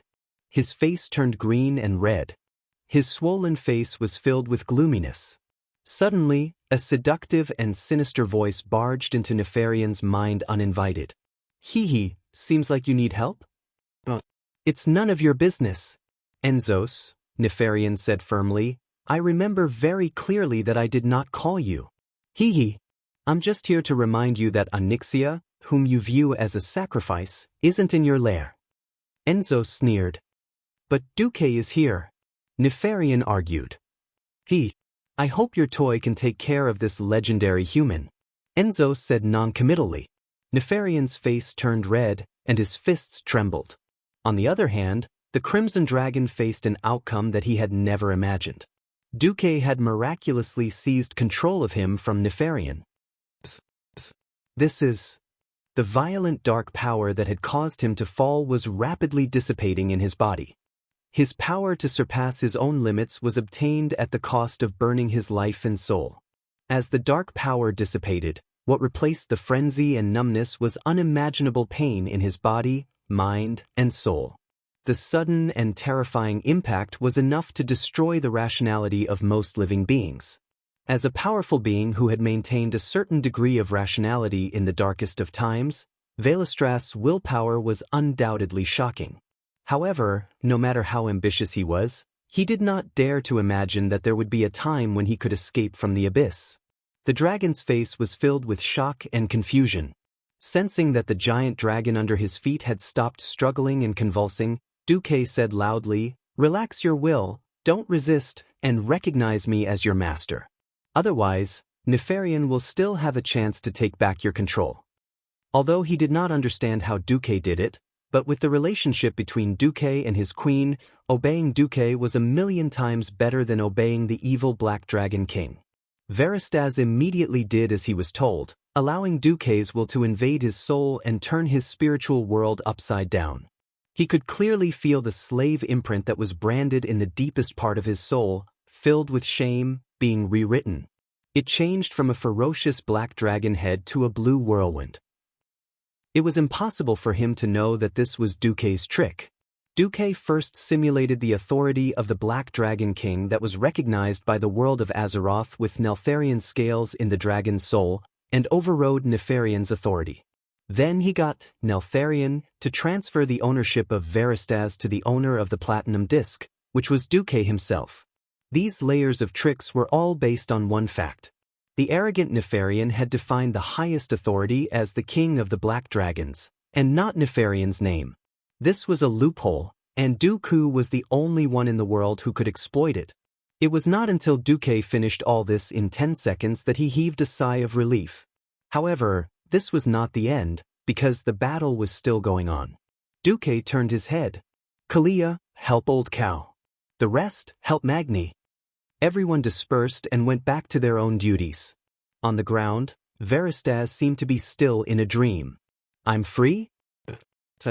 Thank you, Duke Marcus. I'll try my best to go to the Dragonbone waste myself. Feeling his terrible condition, Veristaz no longer had any hope of survival. The berserk dark energy drained him too much, easily surpassing the limits of what an ancient giant dragon could endure. Although he looked like he had a broken claw and his spine had been pierced by a sword, he was actually an empty shell inside. Under the shiny dragon scales and dragon skin were the remaining dry muscles and flesh that had been overdrawn and squeezed. At this moment, he was like a sick dragon that was too old to move. Heh! Is the despair in your eyes only at this level? Duque's sarcastic tone made Veristaz uncomfortable. If Duque wasn't the one who pulled him out of the dark abyss, he might have already spat dragon breath at him. Just as he was about to say something, Duque continued, "Sorry, I've seen even deeper and more terrifying despair in the ancient war." You participated in the ancient war? That's right. You're that Dukong. As an old dragon who had also participated in the cruel ancient war, Veristaz suddenly became spirited. No one else can save you. That doesn't mean that I can't save you. Suddenly, an emerald light of life appeared in Duque's hand. This is... The red dragon's vertical pupils suddenly constricted. Of course, he knew what it was. This was the life blessing of his most respected queen. With it, no matter how serious the injury, even if he was on his last breath, he could still be full of vigor and revive on the spot the next moment. His eyes suddenly revealed an endless desire for survival. But in the next instant, he gave up on himself. Don't give me His Majesty's treasure, I don't deserve it. I failed. Not only did I fail to keep an eye on Nefarian, but I even became his minion and slaughtered countless innocent mortals. I'm guilty. Smack. The red dragon was slapped by a huge palm made of arcane energy. Enough. Do you really want to die like this and let the Doomsday Army have another bone dragon to control? Veristaz was frightened by this terrifying future, but he still hesitated. But my soul is damaged, and my strength can never return to before. Ignoring the opinion of this kind but strangely stubborn silly dragon, Duque directly pressed the red dragon queen's life blessing into his head. Following the silly dragon's scream, a powerful life force was injected into his broken body, rapidly healing every wound on his body. His blood vessels that had been tortured by the violent power, his muscles that were bleeding everywhere, and his heart that was starting to fail, everything was reactivated by this life force. Enough. Stop calling me. If you really can't find a future for yourself, go be my woman's mount. Chapter 1204. Duke, the Great Hoodwinker, was really addicted to hoodwinking mounts. Although Veristaz was not as good at fighting as Xianxia, it could be clearly seen from the system scan that even with Alexstras's life's blessing, his combat level could no longer return to the past. His strength and maximum HP were permanently reduced. But in any case, he was still a powerful ancient dragon. Even a broken ship has 3 nails, and even if he fell, it would not be a problem for him to become one of the strongest adult dragons.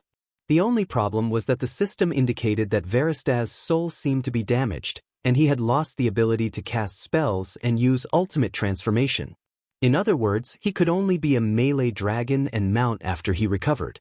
Duque sighed. He could not expect every dragon to be like Xianxia, who did not have to worry about being taken back after being tamed, and was also very capable. The 4 major dragon clans now had a boss. If the boss did not agree, the young dragons could not change sides. As for young dragons, unless they were brought to the Alliance army on a large scale, they would not be of any use. Powerful ancient dragons were the backbone of the major dragon clans. They were very precious, and they would not change sides for no reason. The only ones that Duque could trick were ancient dragons that had been in trouble. Veristaz's first reaction to Duque's shameless proposal to let him be the mount of Duque's woman was that he was dumbfounded.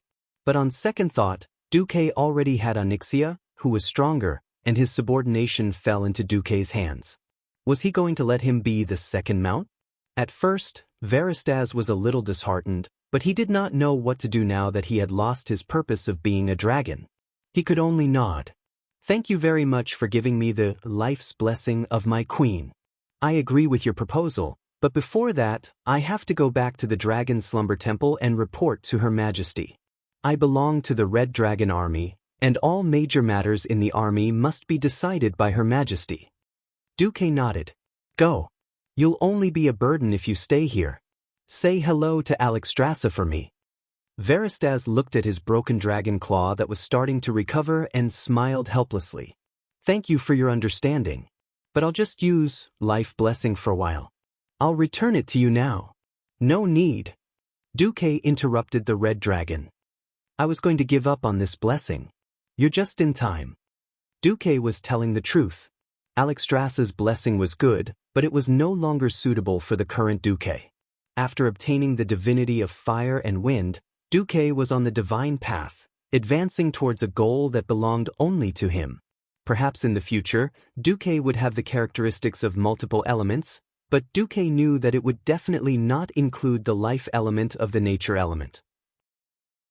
Mages who used fire, ice, arcane spells, and wind and thunder to create destruction were destined to be incompatible with life mages who used healing spells. Transferring the blessing now was purely a favor at little cost. The red dragon hesitated for a moment before finally speaking. Actually, I know of a one-way path out of Blackwing's nest. You go first. Let's deal with Nefarian before we go out. After being reduced to a slave, the red dragon knew very well what kind of terrifying evil existed in Nefarian's nest. Veristas was convinced of the mortal heroes like Duque who fought to eliminate evil. He no longer tried to persuade Duque. Instead, he lowered his head towards Duque and dragged his broken claws and wounded body out like a real cat. After dealing with the red dragon, Duque looked around and found that the situation was much better than he had imagined. That Old Bull Kane continued to face Broodmother Lashlayer head-on. The thick totem pole had become even harder than a steel pillar under the blessing of the ancestor's soul. It met Broodmother Lashlayer's blade head-on without flinching. Both sides were originally on the same level of strength, but Old Bull had the blessing of Mount Hygel's equipment. In terms of absolute strength, he actually suppressed Broodmother Lashlayer. It seemed like a collision between Mars and Earth, but Broodmother Lashlayer was usually pushed back more often. After fighting against Archimonde and Ragnaros, Old Bull was even more adept at dealing with large monsters. After Duque gave Kane some pointers, Old Bull actually understood quite a lot.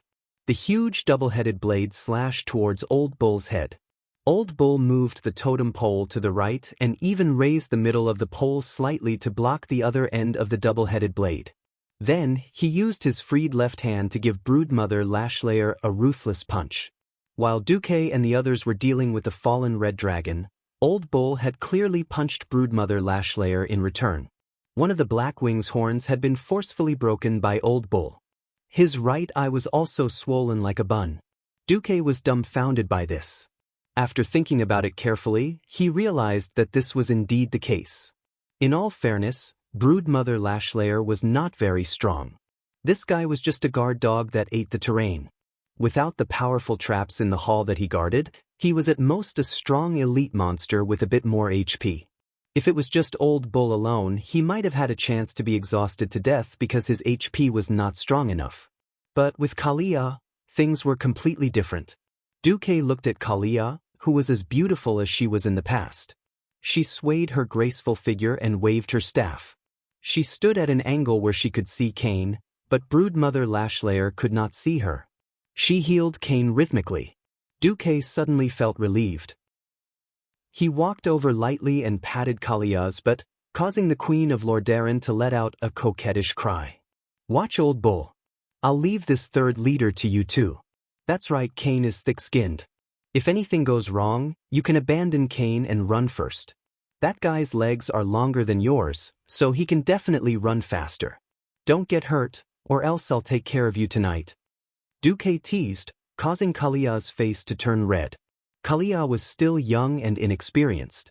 She was busy healing and did not dare to respond to her lover's teasing. But Old Bull blew his beard and glared. Hey, Duque, you bastard, I heard you. Duque did not even turn his head. If you can't deal with this guy called Broodmother Lashlayer, then it's my loss. He did humph, but Old Bull was elated. He could deal with an enemy leader alone. Seems like Duque thinks highly of me. Duque flashed over and appeared beside Magni, who was blocking the door. It should be said that Magni was indeed the #1 warrior in the alliance. He was thick-skinned to begin with, and with Deity's Descent, which lasted more than 5 minutes, he was like a bug in the game. Unless it was a boss whose level was much higher than his, he could easily single-handedly fight for 8 to 10 minutes without any support. But without Duque around, everyone was fighting in a mess. Chapter 1205. Old 4 and Old 5 of the Black Wings were rather annoyed. Before Duque arrived, everyone had a disagreement as to which one to attack. Since it was a choice between the two, the other 7 randomly chose a black dragon to gang up on. They instinctively felt that the black dragon opposite them seemed to be able to stack fire damage.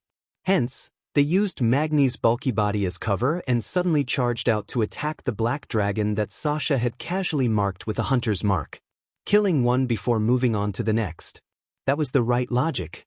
It was a pity that they weren't transmigrators and didn't know that one of the 2 bosses had the special skill Ebonok's Shadow that could heal itself by attacking a specific target. As long as Ebonok was hit by this skill, the strange shadow curse would be able to heal the wounds on Ebonok's body. In the end, when Duque was dealing with Valestras, the 7 of them didn't manage to take any damage at all. Seeing this scene, Duque's forehead was full of black lines. After he rushed over, he patted Sasha's shoulder lightly.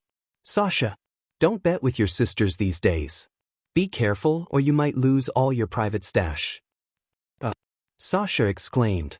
Duque raised his head and said loudly, "Change targets. Don't touch that dragon for now. Everyone can only attack the new target for 30 seconds at most before coming back to rest." They were all veterans and had seen all sorts of strange enemy skills. Although they didn't understand it every time, they wouldn't lose much as long as they did as Duque said. Seizing the opportunity when Old 4, Fillmore, pounced on him, everyone attacked together. A flash of swords and axes almost chopped off one of Fillmore's claws. Roar! The adult black dragon let out an angry roar. It swung its head and spat out a mouthful of shadow flames at the crowd. The experts who were already prepared shrunk back and hid behind the hole in the wall. Fillmore dashed towards the hole and was smashed back by Magni's hammer. The entire dragon spun in midair. The hero group against the 2 black dragons went on for a few rounds. Suddenly, a blood-curdling scream came from behind. Duque turned around and saw Cain, who was covered in blood, leading a dragon head with a broken horn, striding toward him. Even though Cain was taking big strides, Duque realized that Cain was very sneaky. His thick hooves didn't make much sound, and he was moving along the wall. The thoughts of experts always coincided with each other. "Shorty, don't be so stubborn the next time he comes," Duque shouted, and Magni immediately understood. As a main tank, Magni's biggest weakness was that he was too small. When he didn't activate Deity's Descent, it was very easy for the boss to rush over and kill the ranged attackers and healers at the back. Deity's Descent consumed a lot of stamina and energy. He could carry it, but it didn't mean that he didn't need to pay a price. Just as he was swinging the Balrog's hammer, Magni caught a glimpse of that sneaky old bull. In the next round, when Fillmore roared and charged at the hole he was guarding, the Shorty King played a vicious trick on this adult black dragon. Fillmore was shocked to find that the large silver shorty that had been blocking the hole and never retreating had suddenly disappeared. It didn't disappear, but shrink. The previous countless charges ended with the shorty using his war hammer to fight them head-on. Who knew that the shorty would suddenly shrink back? Fillmore instinctively felt that something was wrong. He immediately spread his wings and flapped forward, trying to stop his momentum. Who knew that the moment the shorty shrank back to his original size, a shining paladin would suddenly rush out, waving a huge sword that looked like a sharp fork. When chaos, a turbulent flow suddenly appeared in the air. The strong tornado seriously interfered with the black dragon's movements, causing its sudden stop in the air to fail. Then, a wretched Tauren suddenly jumped out from the hole, its huge and coarse fingers placed on the tip of Fillmore's flapping left wing. "Come on, play with me on the ground." When Cain said this, There was a murderous look in his eyes. For some reason, Duque sounded like a weird uncle using a lollipop to trick a little girl to see a goldfish. Basically, the Alliance and Horde warriors all knew Titan's grip. The original intention was to allow warriors to wield two-handed weapons. This skill that could greatly increase a warrior's arm strength and grip strength could be learned with hard work. The specific increase depended on the individual's talent and race's talent. Obviously, the Tauren had the most insane increase. Cain was also the most insane among the Taurens. Duque could clearly hear the hollow bones on Fillmore's dragon wings cracking. "Awoo!" Fillmore screamed and struggled with all his might. Being forcefully dragged over made him think of many bad things. Unfortunately, no matter how violent a little girl was, she couldn't withstand the strength of a real weird uncle.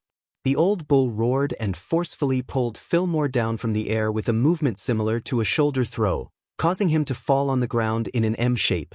It wasn't that he wasn't reserved, it was just that the old bull was too violent. Fillmore, who was on all fours, almost instinctively struggled to get up. Who knew that the old bull would shamelessly raise his hands high up and viciously stab the thick totem pole into Fillmore's mouth that was filled with crisscrossed fangs, all the way to the depths of his throat. "Awoo!" Fillmore let out a strange whimper, and the aftermath of the shadow flames flowed out from the corner of his mouth. The scary old bull was unmoved. He forcefully twisted Fillmore's head almost 180 degrees like a fried dough twist, and tried to twist it 360 degrees, as if he wanted to tie a slip knot on Fillmore's neck. Dragons weren't invertebrates. Although their necks were abnormally flexible like snakes, in reality, because there was a limit to how much each cervical vertebra could rotate, a dragon couldn't truly twist its neck 360 degrees. Forcefully twisting it would only result in the cervical vertebra breaking and the trachea twisting. Fillmore desperately tried to turn his body around, using his huge body to resist the twisting of his neck. At the same time, he tried to extend his dragon claws, trying to grab Cain, who was holding his neck. In the end, he couldn't reach it. Originally, he shouldn't have lost to a Tauren in terms of strength. For some reason, the moment he passed through the hole, there seemed to be some mysterious power that greatly weakened him. Fillmore thought that it was an illusion, until he slashed at Ebonok and tried to use the shadow flames to save him. In the end, that damn dwarf became bigger again and jumped onto his body to be beaten up. Only then did he realize that something was really wrong. Chapter 1206. It was a terrifying power that struck the depths of his soul. Just like how ordinary creatures would tremble in the face of the terrifying firebird of a dragon, Fillmore could not resist the ruling will of the Black Dragon King. This willpower was even more terrifying than that of the current Black Dragon King, Nefarian. It made him tremble because it came from the ancestor of the Black Dragons, Deathwing, Nesario, who was superior to Nefarian. In the corner of his eyes, Fillmore saw Duke, who was laughing coldly, raising a platinum biscuit that only had a fifth of its original size left in his hand. Nesario deceived the 4 major dragon clans into injecting souls and power to create the soul of the dragon. Not only did he eliminate the eyesore of the Burning Legion, but he also laid the foundation for the Black Dragons to run rampant for 10,000 years. This was a widely circulated story among the Black Dragons. Every Black Dragon had the motto of being cunning and shameless. When he saw the platinum biscuit, he suddenly understood what it was. Unfortunately, it was too late. With the totem pole stuck in his throat, he could not even speak. "No." Ebonrock exclaimed. Duque did not do anything. He just lightly activated the power of the Wrath of the Dragon. This was already the cruelest killing blow for the 2 adult Black Dragons who had just been extremely arrogant. Wrath of the Dragon, Special Effect 3. Black Dragon Torture.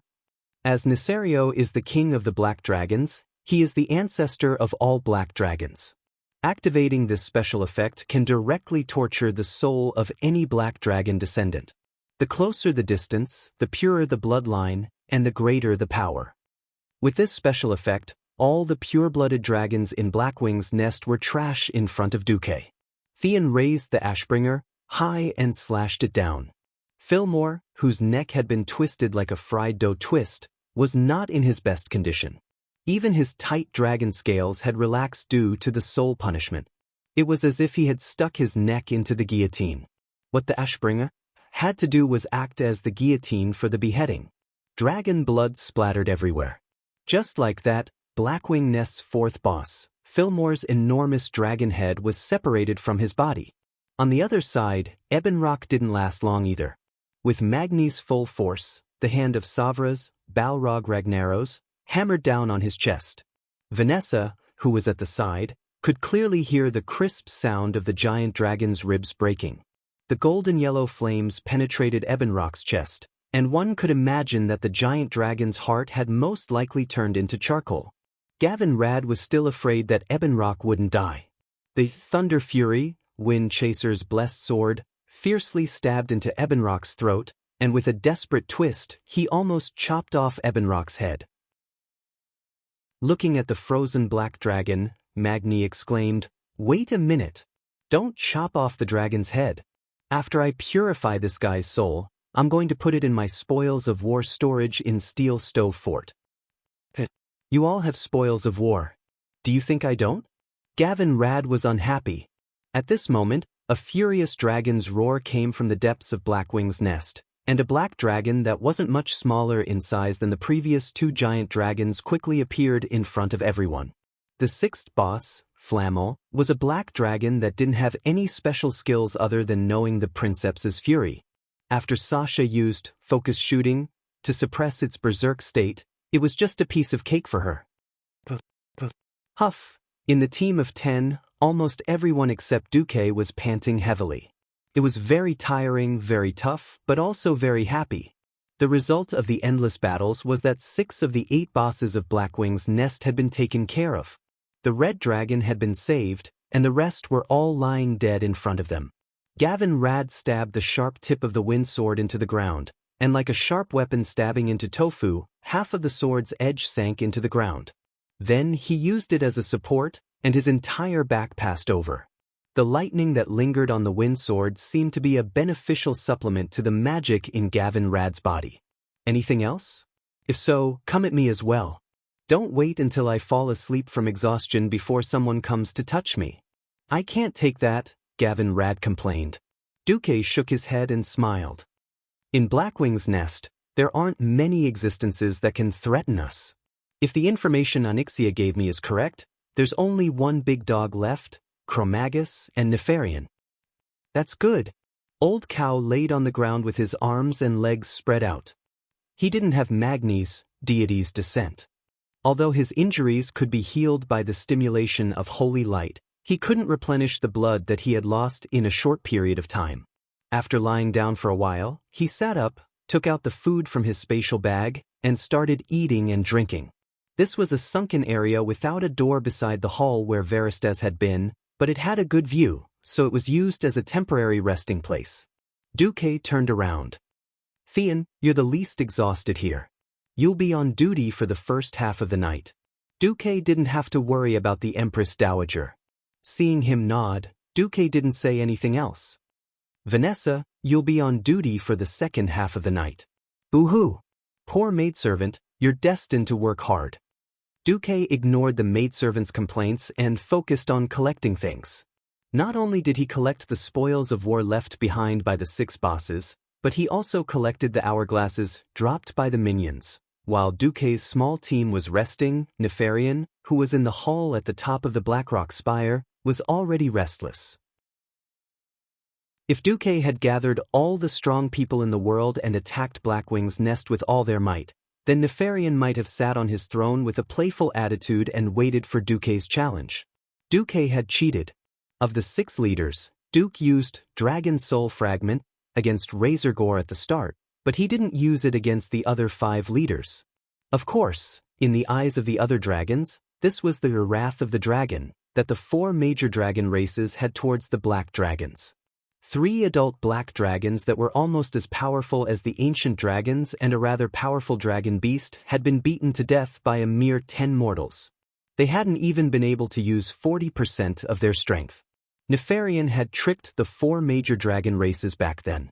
Now, the tables had turned. The four major dragon races were now tricking the black dragons. Nefarian's heart skipped a beat. Duque had probably used this when he subdued his sister, Onyxia. This meant that even though he was the self-proclaimed king of the black dragons, he couldn't escape from Duque.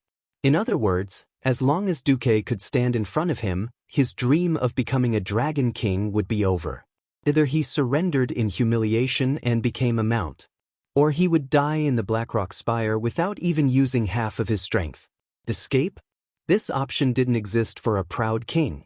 Nefarian's face was livid. Just then, the sly and sinister voice that he was very familiar with appeared in his mind again.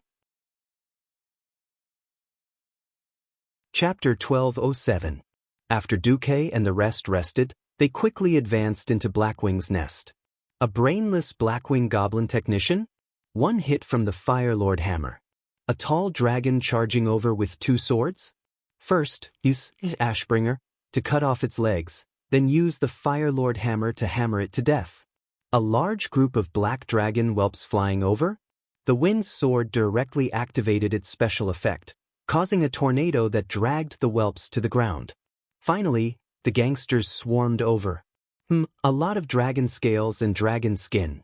The more they advanced, the more uneasy Duque felt. This was too abnormal. If it was another enemy, perhaps Duque would think that the other party was shivering under the bed in the deepest part of the nest. It was Nefarian, the Chunibu geek. In Duque's imagination, after Nefarian found out about the existence of Wrath of the Dragon, he would send his minions to attack the 10 of them at all costs to buy time. Nefarian did not make any additional arrangements. All of his defenses were the same as the Blackwing's nest that Duque had seen countless times. There must be a reason for this abnormality. Duque did not advance at high speed. Instead, he slowed down. Until the place where Chromagus, who was supposed to be the 7th, was gone? 3 natures of the door god, time and ignite. This phrase was regarded as a nightmarish legend among the players in the past, and it described how disgusting this place was. The dragon of the nature element, in addition to the disgusting time-lapse skill of 7, had left a deep impression on Duque. If they did not get wiped out 8 or 10 times, they would not be able to say that they had conquered Blackwing's nest. Now that the most disgusting boss in the entire Blackwing's nest besides Nefarian and the little red dragon had disappeared for no reason, it was impossible for Duque not to be alarmed. Most likely that boastful black dragon is afraid of us dragon slayers. Cain patted his chest and laughed. His laughter resonated with everyone. Powerful prey was always a man's most boastful achievement. Even a holy knight like Gavin Rad, who was supposed to be humble in theory, couldn't help but chop off a dragon's head and stuff it into his dimensional bag, much less the 2 chiefs and Magni. The team was brimming with an atmosphere of overconfidence. Duque was keenly aware of this and tried to dissuade everyone, but all he got was a verbal warning to be careful. Cain carried the totem pole and walked in front, while Grum tied his bloodhowl to his back. As the rear guard, Gavin Rad carried his wind sword and whistled frivolously as he followed them. Wrath of the Colossal Dragon was a great counter to the Black Dragon race. It was so big that the heroes were a little off guard. If this was in an anime, it would be a death flag. Duque said something that no one else understood. When Duque and his party crossed the area where Chromagus was, they noticed that the scenery in front of them had changed. Duque's expression suddenly changed. The original style of Blackwing's nest was rather bright. Even the lower levels, which were dimly lit, were filled with torches. After passing through this area, the scenery around them suddenly became scarlet. If it was any other situation, Duque might have thought that Nefarian had a brain cramp and wanted to change the decorations to change his mood. But was this the time for decorations? Furthermore, this wasn't decorations at all. The aura of death was so thick that it was almost tangible. Even though they were walking on the floor and looking at the blood-red background, everyone could clearly feel the traces of Nefarian's terrifying willpower. The group of experts immediately put away their carefree attitude, and their faces were filled with seriousness. Magni's loud voice was the first to ring out, "Hey! Is this guy really Nefarian?" Didn't you say that this guy's level isn't that much lower than Onyxia's? Why do I feel like Big Brother is a few levels stronger than Little Sister? The group advanced in a tight formation. They should have reached the top level of the Blackrock Spire very quickly, but now there was an additional corridor of blood. On both sides of the 20-meter-wide corridor were pools of blood that emitted a disgusting smell.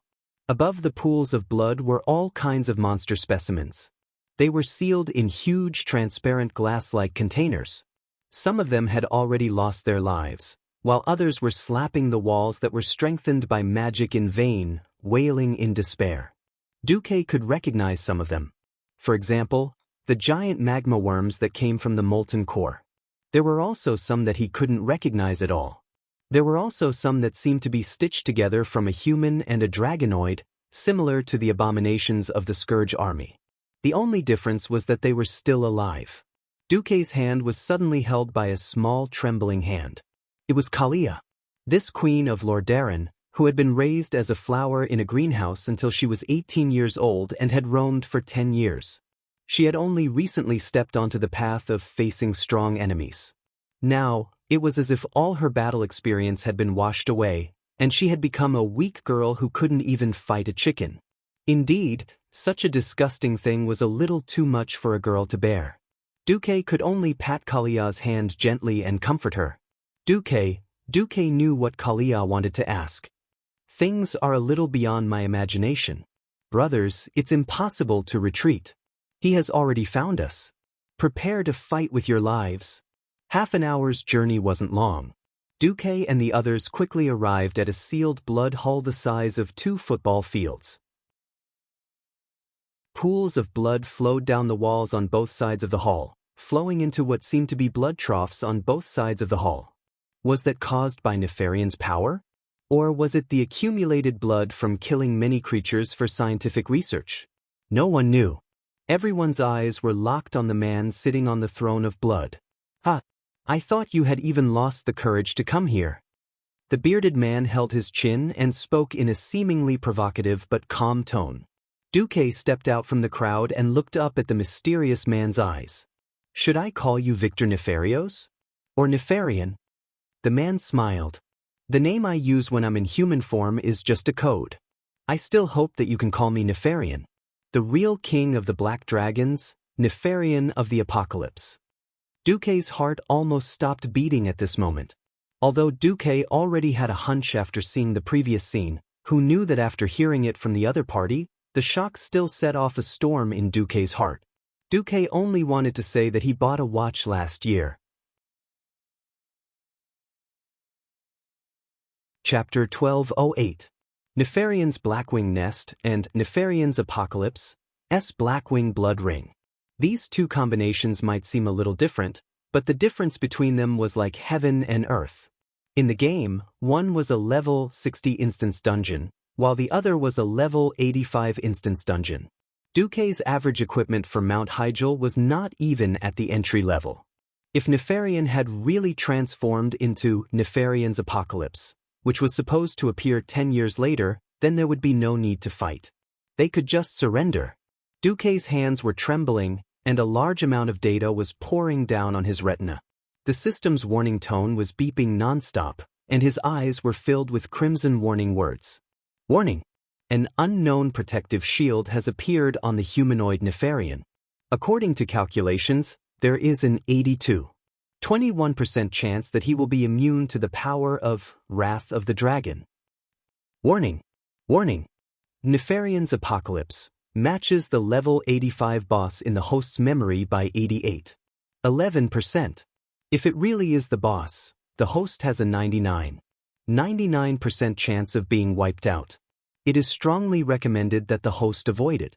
At the very least, leave its territory and fight for a chance of resurrection. Duke sucked in a breath of cold air and his face turned green, but he knew he could not retreat. At this moment, Duque's mind was filled with all sorts of thoughts. This was not a game. If the team was wiped out, the essence of the alliance would be gone. Not to mention that there were still 3 women here. He could resurrect, but what about them? Calm down. Calm down. How could this happen?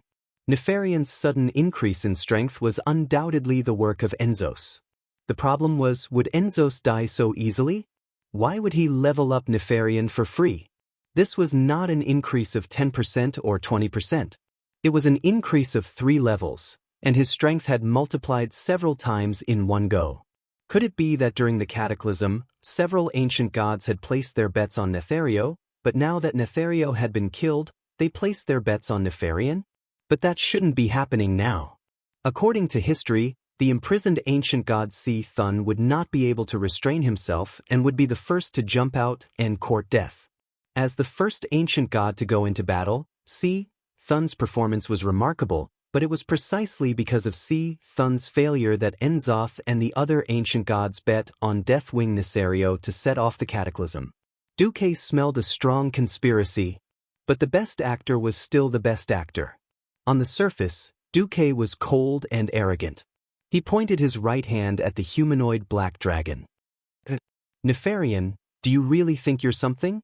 Don't forget. How did your father die? Your sister is still under my crotch as a mount. Yes, yes, Duke's words were reasonable, and his pretentiousness was convincing. Even Nefarian believed it, but Duque still didn't notice the difference. What he didn't know was that Duque had stretched out 2 fingers. The pupils of Duque's comrades suddenly shrank. Pointing a finger at the enemy was a signal they had agreed upon before entering Blackwing's nest. If only one finger was raised, then he would directly attack him without any discussion, and he could do whatever he wanted. If the index and middle fingers were pointed together, then it would be a big deal. It meant that Duque estimated that the opponent's strength was far greater than his own, and he needed to use a big move to stall for time. Unconsciously, everyone tightened their grip on the weapons in their hands. Nefarian suddenly became interested. If it was the him from before, he would probably be feeling guilty now. But now, he decided to play a trick on this human who had brought continuous disasters and failures to the Black Dragon race. He hated Alexstrasza and the 4 color dragons of the Sleeping Dragon Temple. He also hated Duke Marcus, who played a dishonorable but incomparably important role in the 2 ambushes. Directly capturing Duque and forcing Duque to call his sister was too easy for Duque. Ha, interesting. I'll let you have a good taste of what despair is. Nefarian slapped the armrest of the throne. Suddenly, a huge iron gate fell on the gate that Duque and the others came from, blocking their way out. What a good way to close the gate and release the dogs. As Duque expected, from the 2 doors that suddenly opened on the left and right, a large group of dragon beasts suddenly rushed out of the darkness. There were only 2 colors, red and blue. Duque's eyes immediately narrowed into a line. Leave it to me. Duque's words made everyone who was ready to go forward stop in their tracks. Duque snorted coldly, and the magic circuit in his body was activated to the extreme in an instant. He did not know how long it had been since he had seen Duque attack like this. Even when he was beating up Ragnaros, Duque only concentrated his magic and carried out a torrent of firepower in stages. There were 256 hands of magic on each side, and what they set off was a magic storm that seemed to divide the world into 2 halves.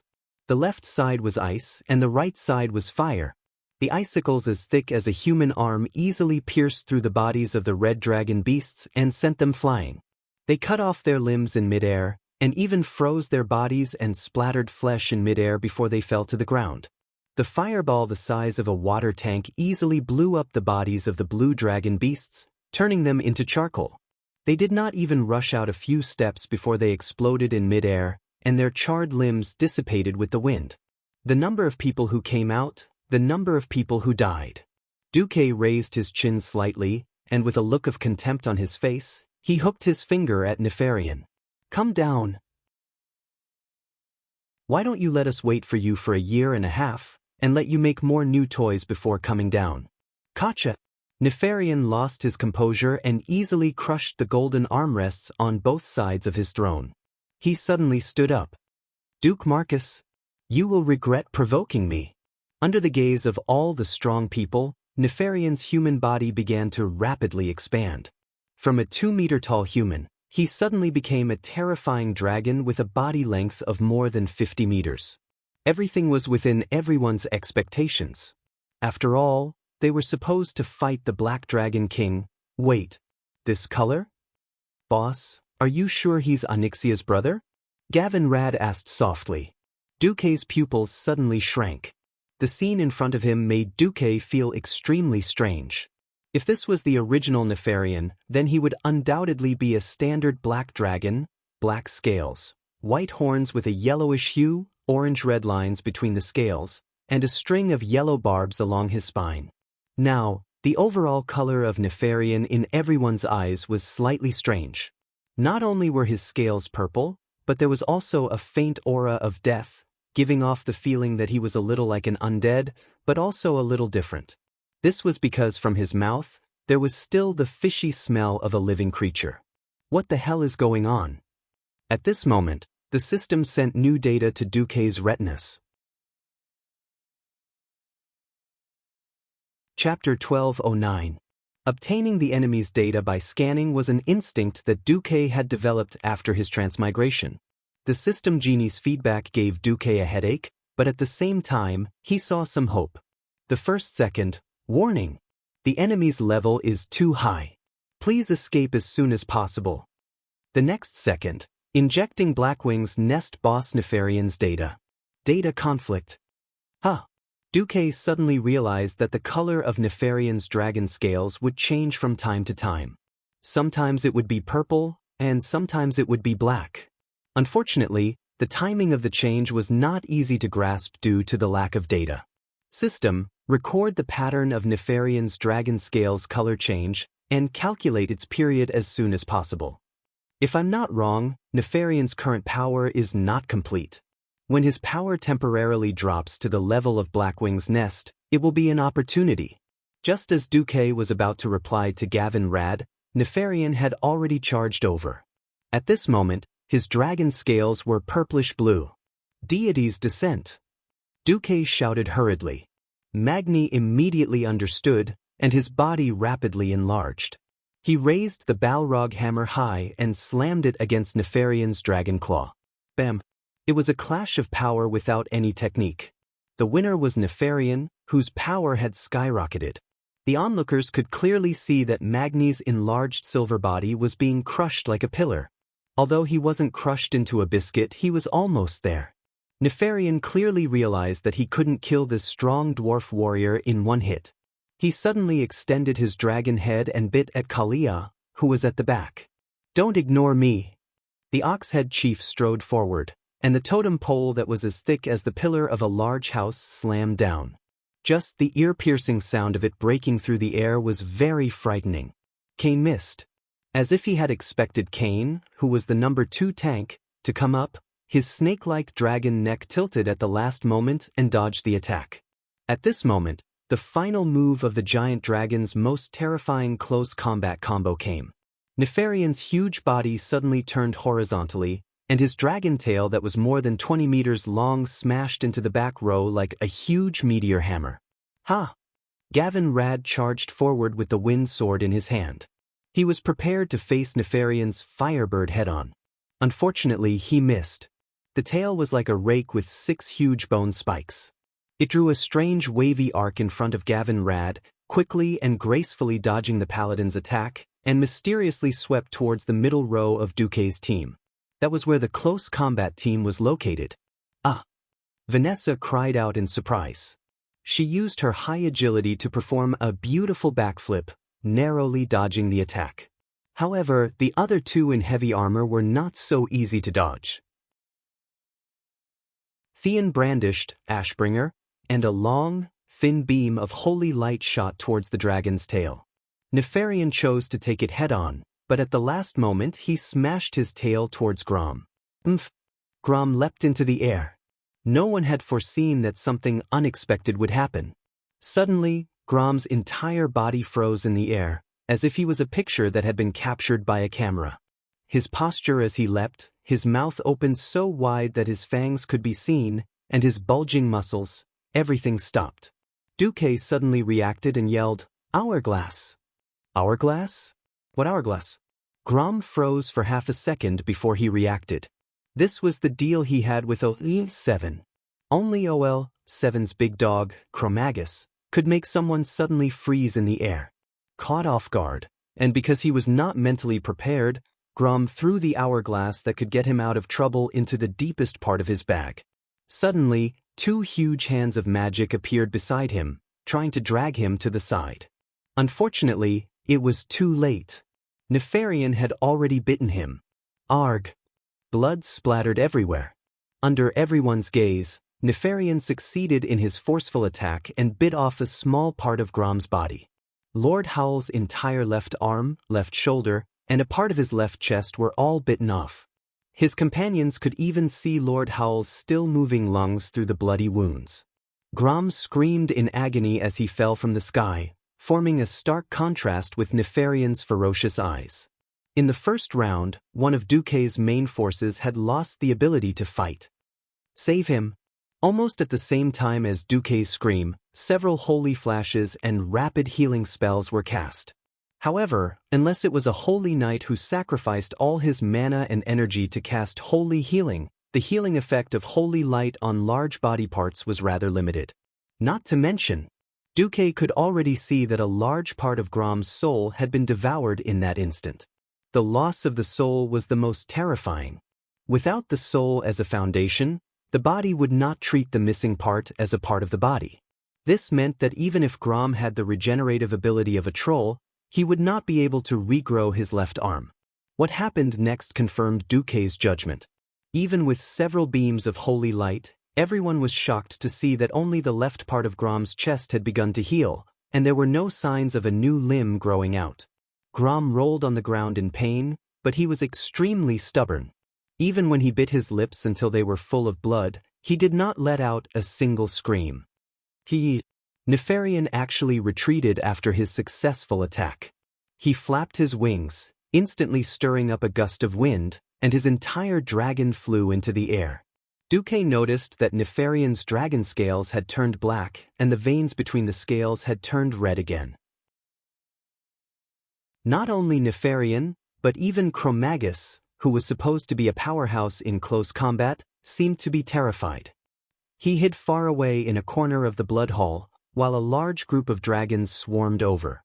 They wanted to use their own blood and lives to exchange for precious time for their boss to catch his breath.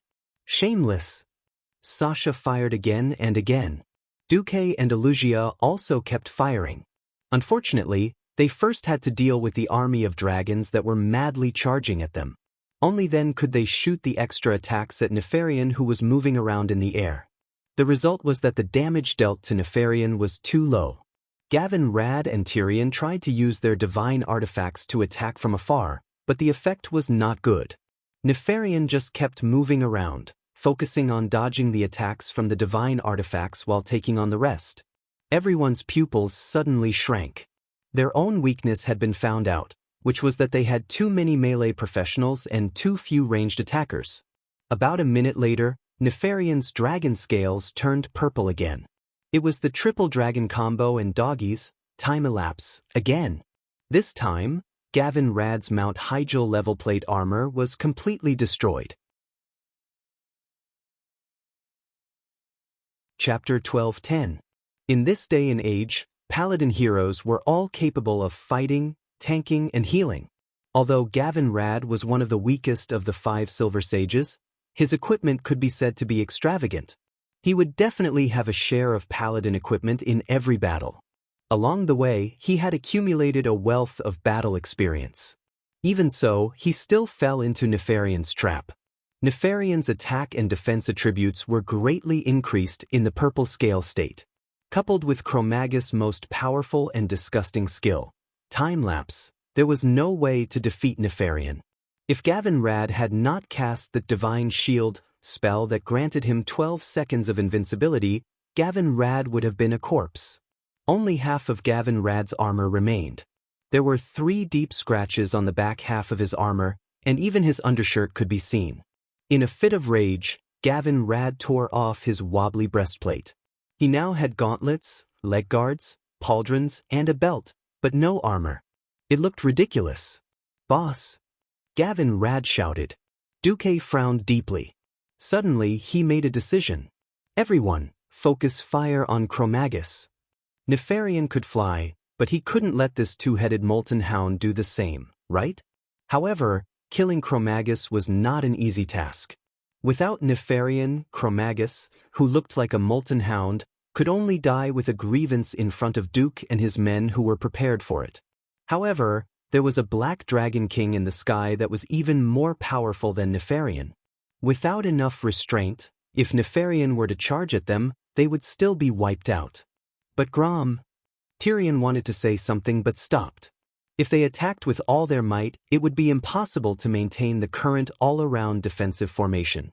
Then, the injured in the formation would definitely be exposed. Don't worry about me. There are no orcs in the horde who are afraid of death. Grom gripped Bloodhowl tightly in his right hand and stood up. He was old. He was injured. He was no longer the horde's god of war that his enemies feared. But his courage, his bravery, made it impossible for the bystanders not to be moved. A general dying in battle. A warrior dying in battle. Perhaps this was the best ending for a brave orc who had fought for his entire life. Alright. Cain let out a loud cheer. He smashed away a few dragons with his staff to clear a path for them. You guys go. Leave the rear guard to me and Sasha. With that, Duque actually hugged Sasha from behind. Suddenly having Duque's abdomen pressed against her perky butt, Sasha panicked. Even though they had been husband and wife for so many years on the battlefield at a time like this, Sasha was very embarrassed. Idiot, don't think too much. Duque spat at Sasha. The next moment, Duque's left hand held onto Sasha's left hand, and his right hand held onto her right arm. His evolved divine artifact longsword suddenly appeared on Sasha's bowstring. Sasha was stunned. Around him, Duque's hand of magic was blasting wave after wave of dragons into smithereens. In the distance, the 8 of them had already reached Chromagus. Only Duque and Sasha were left at the back of the group. Sasha did not understand what it meant to put such a heavy sword on the bowstring. Even with the power of her Phoenix's Son's Fury longbow, there was no way she could shoot such a heavy sword. Trust me. If I say this sword is an arrow, then it is an arrow. Duque whispered into Sasha's ear. The feeling of his breath tickled Sasha's sensitive ears. Of course, Sasha had absolute trust in Duque. Alright, if you say it's an arrow, then it is.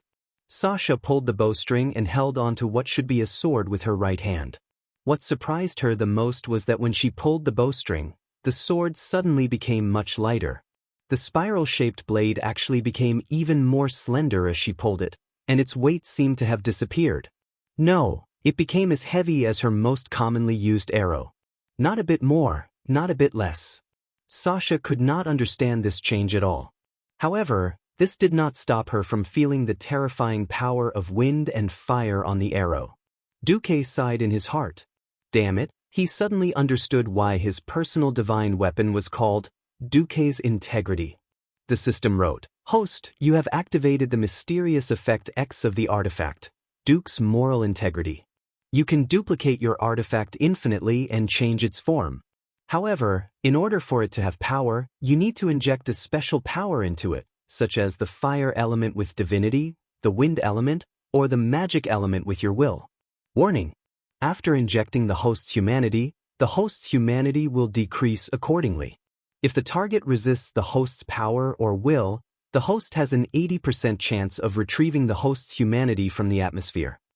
Feelings were meant to throw away one's moral integrity. At this moment, Duque was crying in his heart. Sasha, aim and shoot. I'll make the arrow. Okay.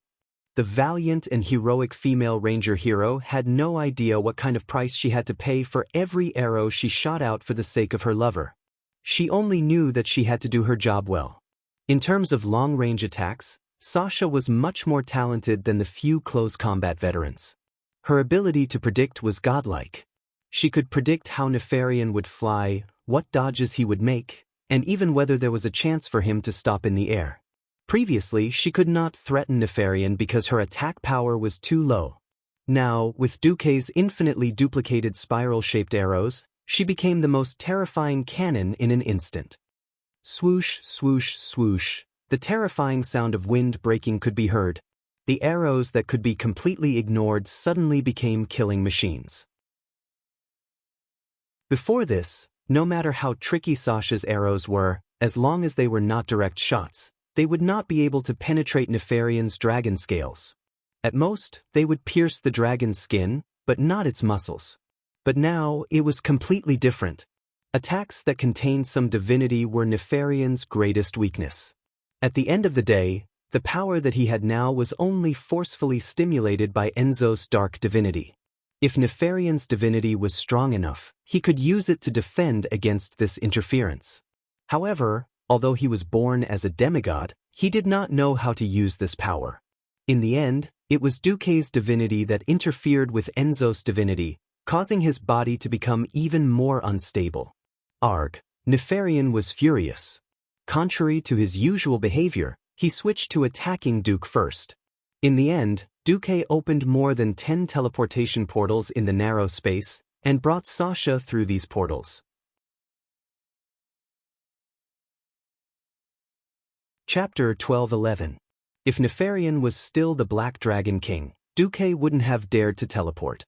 When a single magical element was concentrated to a certain extent, it would instinctively reject the existence of other elements. In Blackwing's nest, which was filled with shadow elements, Duque couldn't even teleport or receive magical messages. Now, Nefarian had accepted Enzo's divine power, which didn't belong to him. Instead, it interfered with Nefarian's absolute control over space. Although Duque couldn't break the spatial barrier to connect to the outside world, he could make use of Nefarian's weakness to create a few holes in the spatial rift for him and Sasha to pass through. Duque and Sasha's joint attack was very fierce. The arrows that were shot were high and low. Every time they fluttered and swayed, Nefarian felt like he was trapped by the arrows and unable to escape. It wasn't to the point of fear, but with his huge body, it was impossible for him to escape or dodge. The only result was that he was hit. Hit again. Nefarian had wanted to ignore Duque and Sasha and directly attack the small team of 8.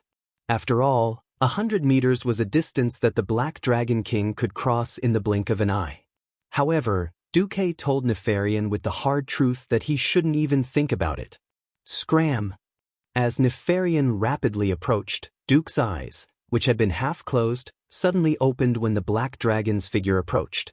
His left eye burned with blazing flames, while his right eye flashed with dazzling lightning. Along with the vibration of the bowstring, an arrow that was a mixture of fire, wind, and lightning easily traversed 50 meters of the void as if it was teleported. It was like a sharp sword piercing towards Nefarian, turning the sword into an arrow, and then turning the arrow back into a sword. Duque's move caught Nefarian off guard. Even though the Black Dragon King dodged the attack, the spiral conical divine blade projection still managed to leave a hole in his lower abdomen. The divine blade projection passed through his abdomen diagonally and left a large hole in the Black Dragon's left bat wing. This time, Nefarian panicked. He was really panicking. He didn't expect Duque to be able to injure him when his attack, defense, and speed had been greatly enhanced. To a demigod-level Black Dragon with an incomparably tenacious life force, this injury would at most be a minor injury. However, an injury was still an injury. The heavens had bestowed upon him a powerful defensive ability, but at the same time, it had ruthlessly cut off his recovery ability. Although it was just a small wound, it would take at least 10 years to completely heal without any external help. How dare you hurt me? Nefarian screamed in amusement. Duque bared his teeth. If it weren't for Onyxia's surrender, I would have hung the heads of your family of 3 on the Wormwrist shrine. Bastard, Duque blinked. Should he say? Did the Black Dragon clan walk the path of nobility? How could they scold others so elegantly? Back and forth, it was just the same few sentences. It really couldn't compare to the national quintessence of the Celestial Empire. He would spit out 18 words for 3 seconds at a time, and there were no repetitions. Speaking of which, Duque's side had effectively restrained Nefarian, and he had also surrounded the various dragon beasts. The morale of the small team of 8 was immediately boosted.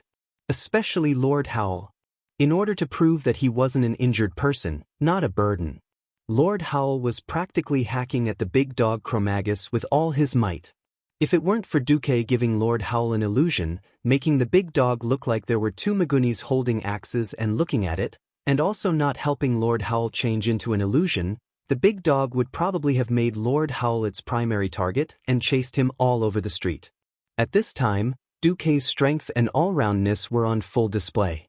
A large number of illusions ran all over the street, and each illusion had a certain amount of magical energy, and even holy light. Gavin Rad was tongue-tied as he watched 3 Gavin Rads hacking at the dragon beasts with their wind swords, and then they were all killed by the dragon beasts. Hey, I'm not that weak. Shut up. Do you want all the monsters to know that this is your real body, and then cut your ass off?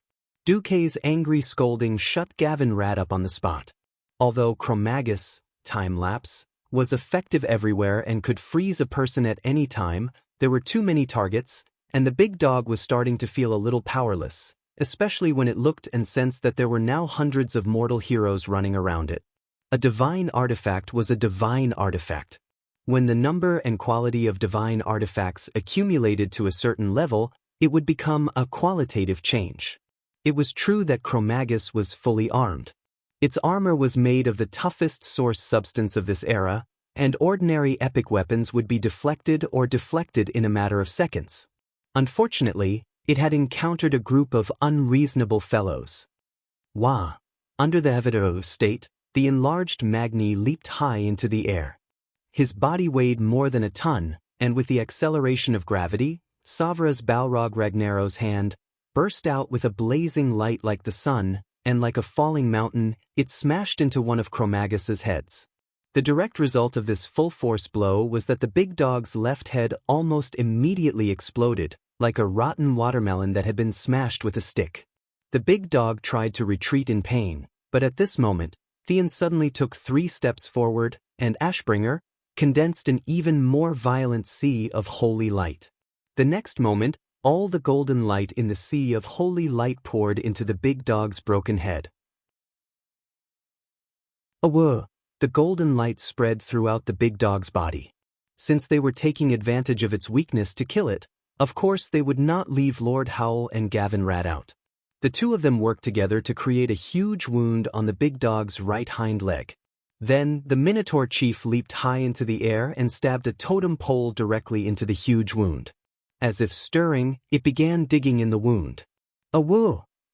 The remaining head of Chromagus kept howling. Its howls were also urging its master to work harder. Nefarian also wanted to, but his side was in more trouble. This was because various holy wills were piercing into his soul through the arrows.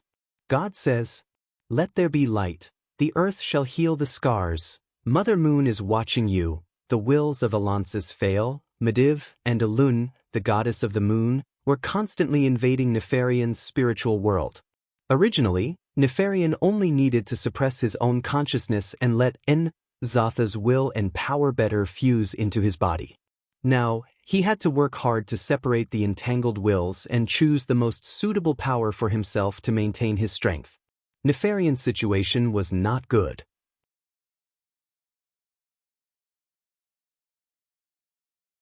Chapter 12:12. Of course, Duque wasn't much better off. Hey, are you done? I can't hold on much longer. Duque shouted with the whisper of the wind. What's going on? I don't feel your magic power dropping. Theon said in surprise. No, Duque, there's definitely something wrong. Sasha shouted. With Duque's godly sword poking her from behind, Sasha's body felt a little weak. Duque didn't know how to explain it. Now, every time Sasha knocked an arrow and shot, Sasha was having a good time. It was tough on Duque. Moral integrity, throw it out. Pick it up. Throw it out again. Pick it up again. Throw it out, huh? Do I have moral integrity?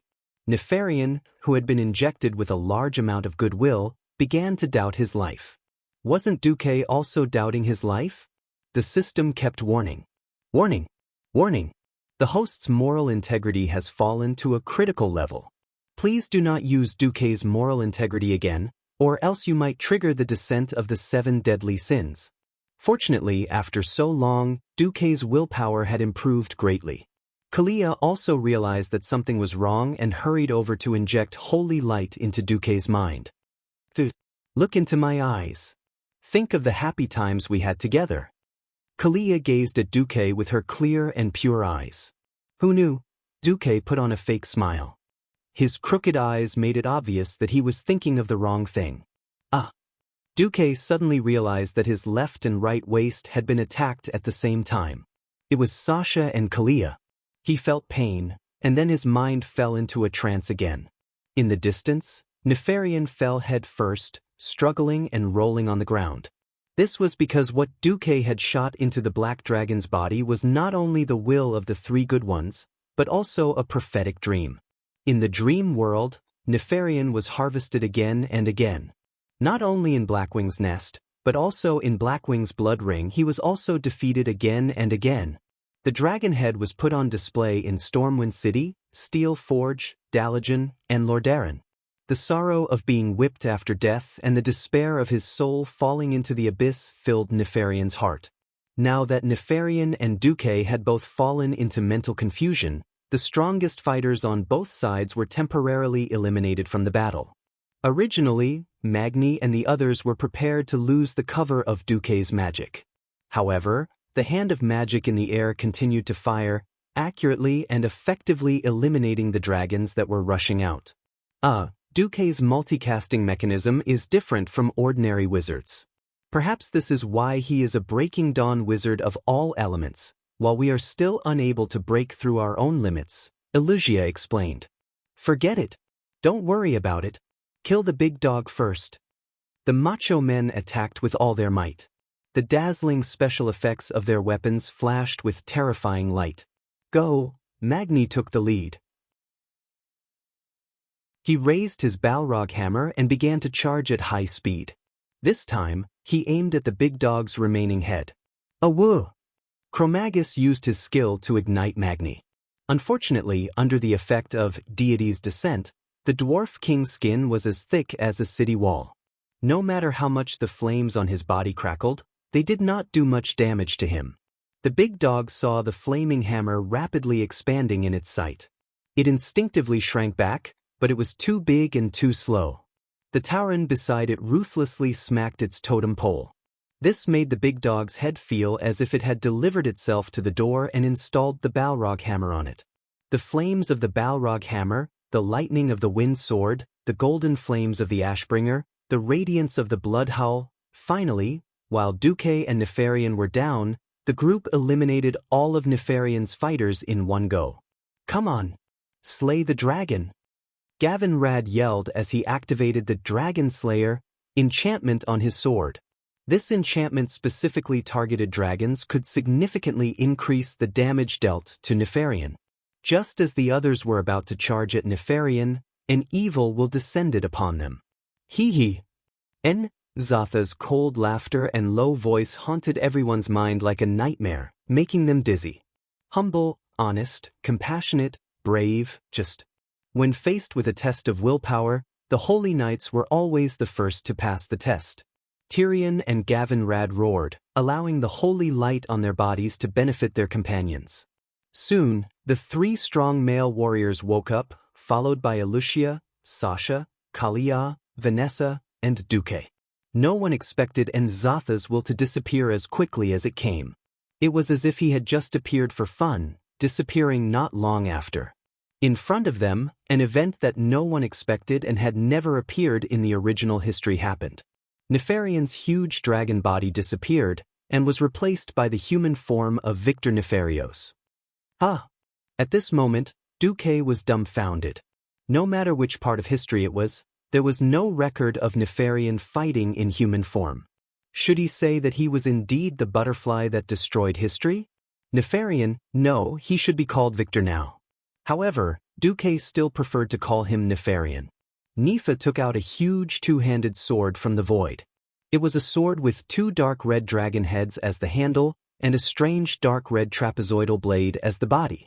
Duque would recognize it even if he turned into ashes. Ashkandi, Sword of the Brotherhood. Back in the game, countless players fought over this eye-catching two-handed sword. The demonic red light, the cool dragon patterns, and the mysterious runes were all sought after by the players. The two capital letters L were engraved on the hilt of the sword, which added to the imagination of the sword's origin. Some said that it was Anduin Lothar's backup weapon, while others said that it came from the Brotherhood of the Iron and Horse. It was impossible to verify the details. However, there was one thing that was often mentioned, and that was, once AL is out, there are no more brothers. Nefarian, who had turned back into human form, stood up with the sword of the Brotherhood. He seemed abnormal. The power of the shadow was rising from his body, but there was also the evil glow of the ancient gods. "Ha! You're finished. Mortals. You can't kill me. Otherwise, your world will face the most hopeless destruction. Ha!" Nefarian said nonsensically. This made Duque and the others frown. Duque sneered, "Oh? Then we should stretch out our necks and let you kill us?" Exactly. This is the final fate that mortals like you should face. Nefarian held the huge two-handed sword with one hand, and his entire body swayed. It seemed that he would self-destruct soon without Duque's help.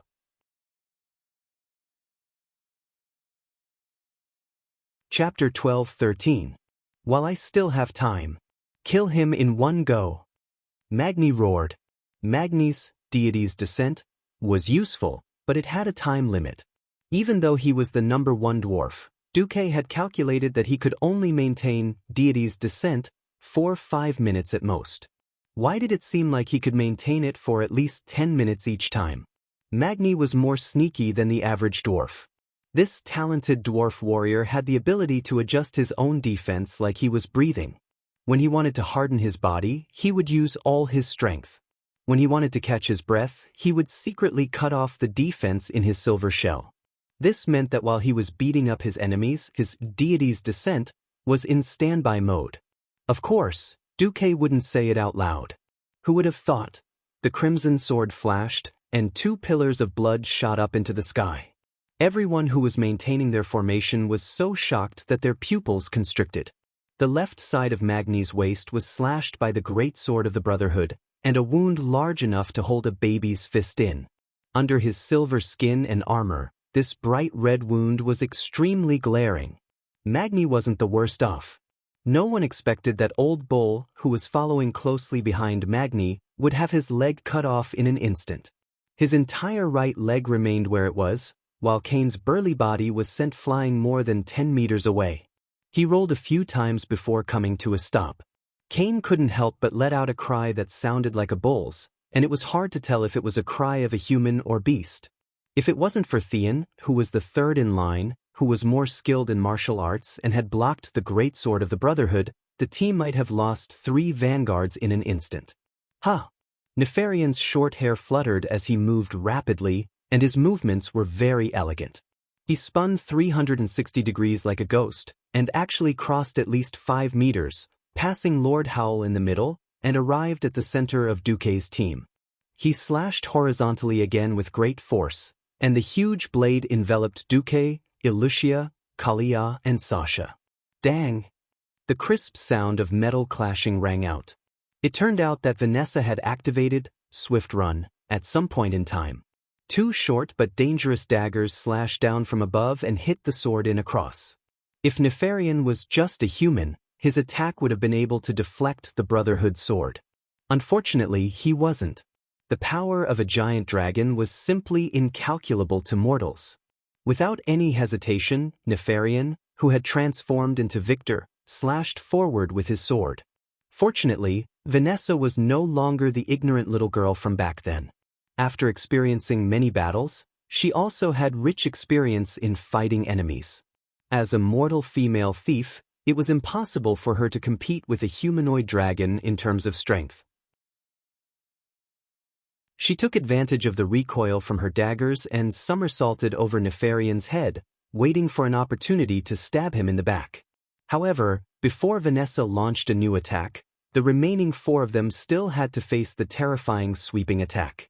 Bearing the brunt of the attack, Vanessa relied on the agility of a ranger to lean back and dodge the attack by a hair's breadth. Duke was so nervous that his heart almost jumped out of his throat when he saw the Brotherhood almost cut Sasha's flesh. Next was Illusia. She chose to use Flash. In theory, with a flash of arcane light, she would appear 20 yards behind Nifa. However, the space magic that Duque could still use just now suddenly failed. A surge of shadowy energy that was as vast as the ocean easily disrupted the other elemental channels in the surroundings. Nefarian was bathed in flames. That was the radiance of the shadow flames.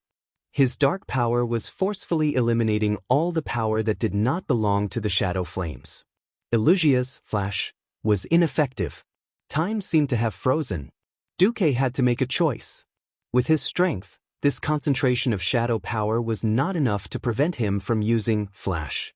If he wanted to act cool, he could even switch to a shadow priest and turn his entire body into a ball of shadow energy, using Dissipate to avoid the fatal blow. Perhaps Illusia's ice barrier could barely block the sword, but whether a radiant moon level could withstand it was still a question. Besides, no matter what, as a pure commandment priest, Kalia was doomed. Duque could even see the despair and pleading on Kalia's face. Her red lips opened slightly, as if she wanted to say something. Duque knew very well that Kalia was not begging him to save her. She was telling Duque to run first. At that moment, Duque felt a stab of pain in his heart. *CK. Abandon a woman and live alone? Even if I lose all my moral integrity, I can't even break my last principle. Once a man's spine collapsed, he would never be able to straighten it again. Sacrifice a woman in exchange for saving yourself? Am I still a man? Unknowingly, a bright golden light appeared in the huge dark cover that Nefarian had created. This light had nothing to do with justice.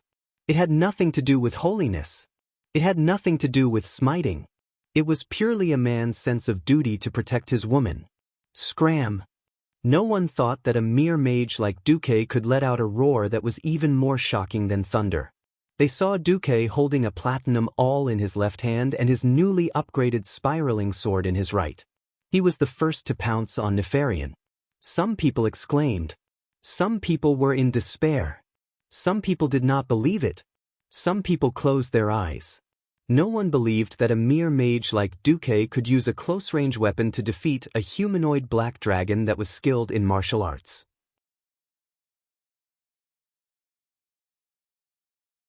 Even if Duque had killed Archimonde as a battle mage, even if Duque had perfected his backstab, it was still not a head-on fight. Could Duque do it? If he couldn't, wouldn't the team lose their leader?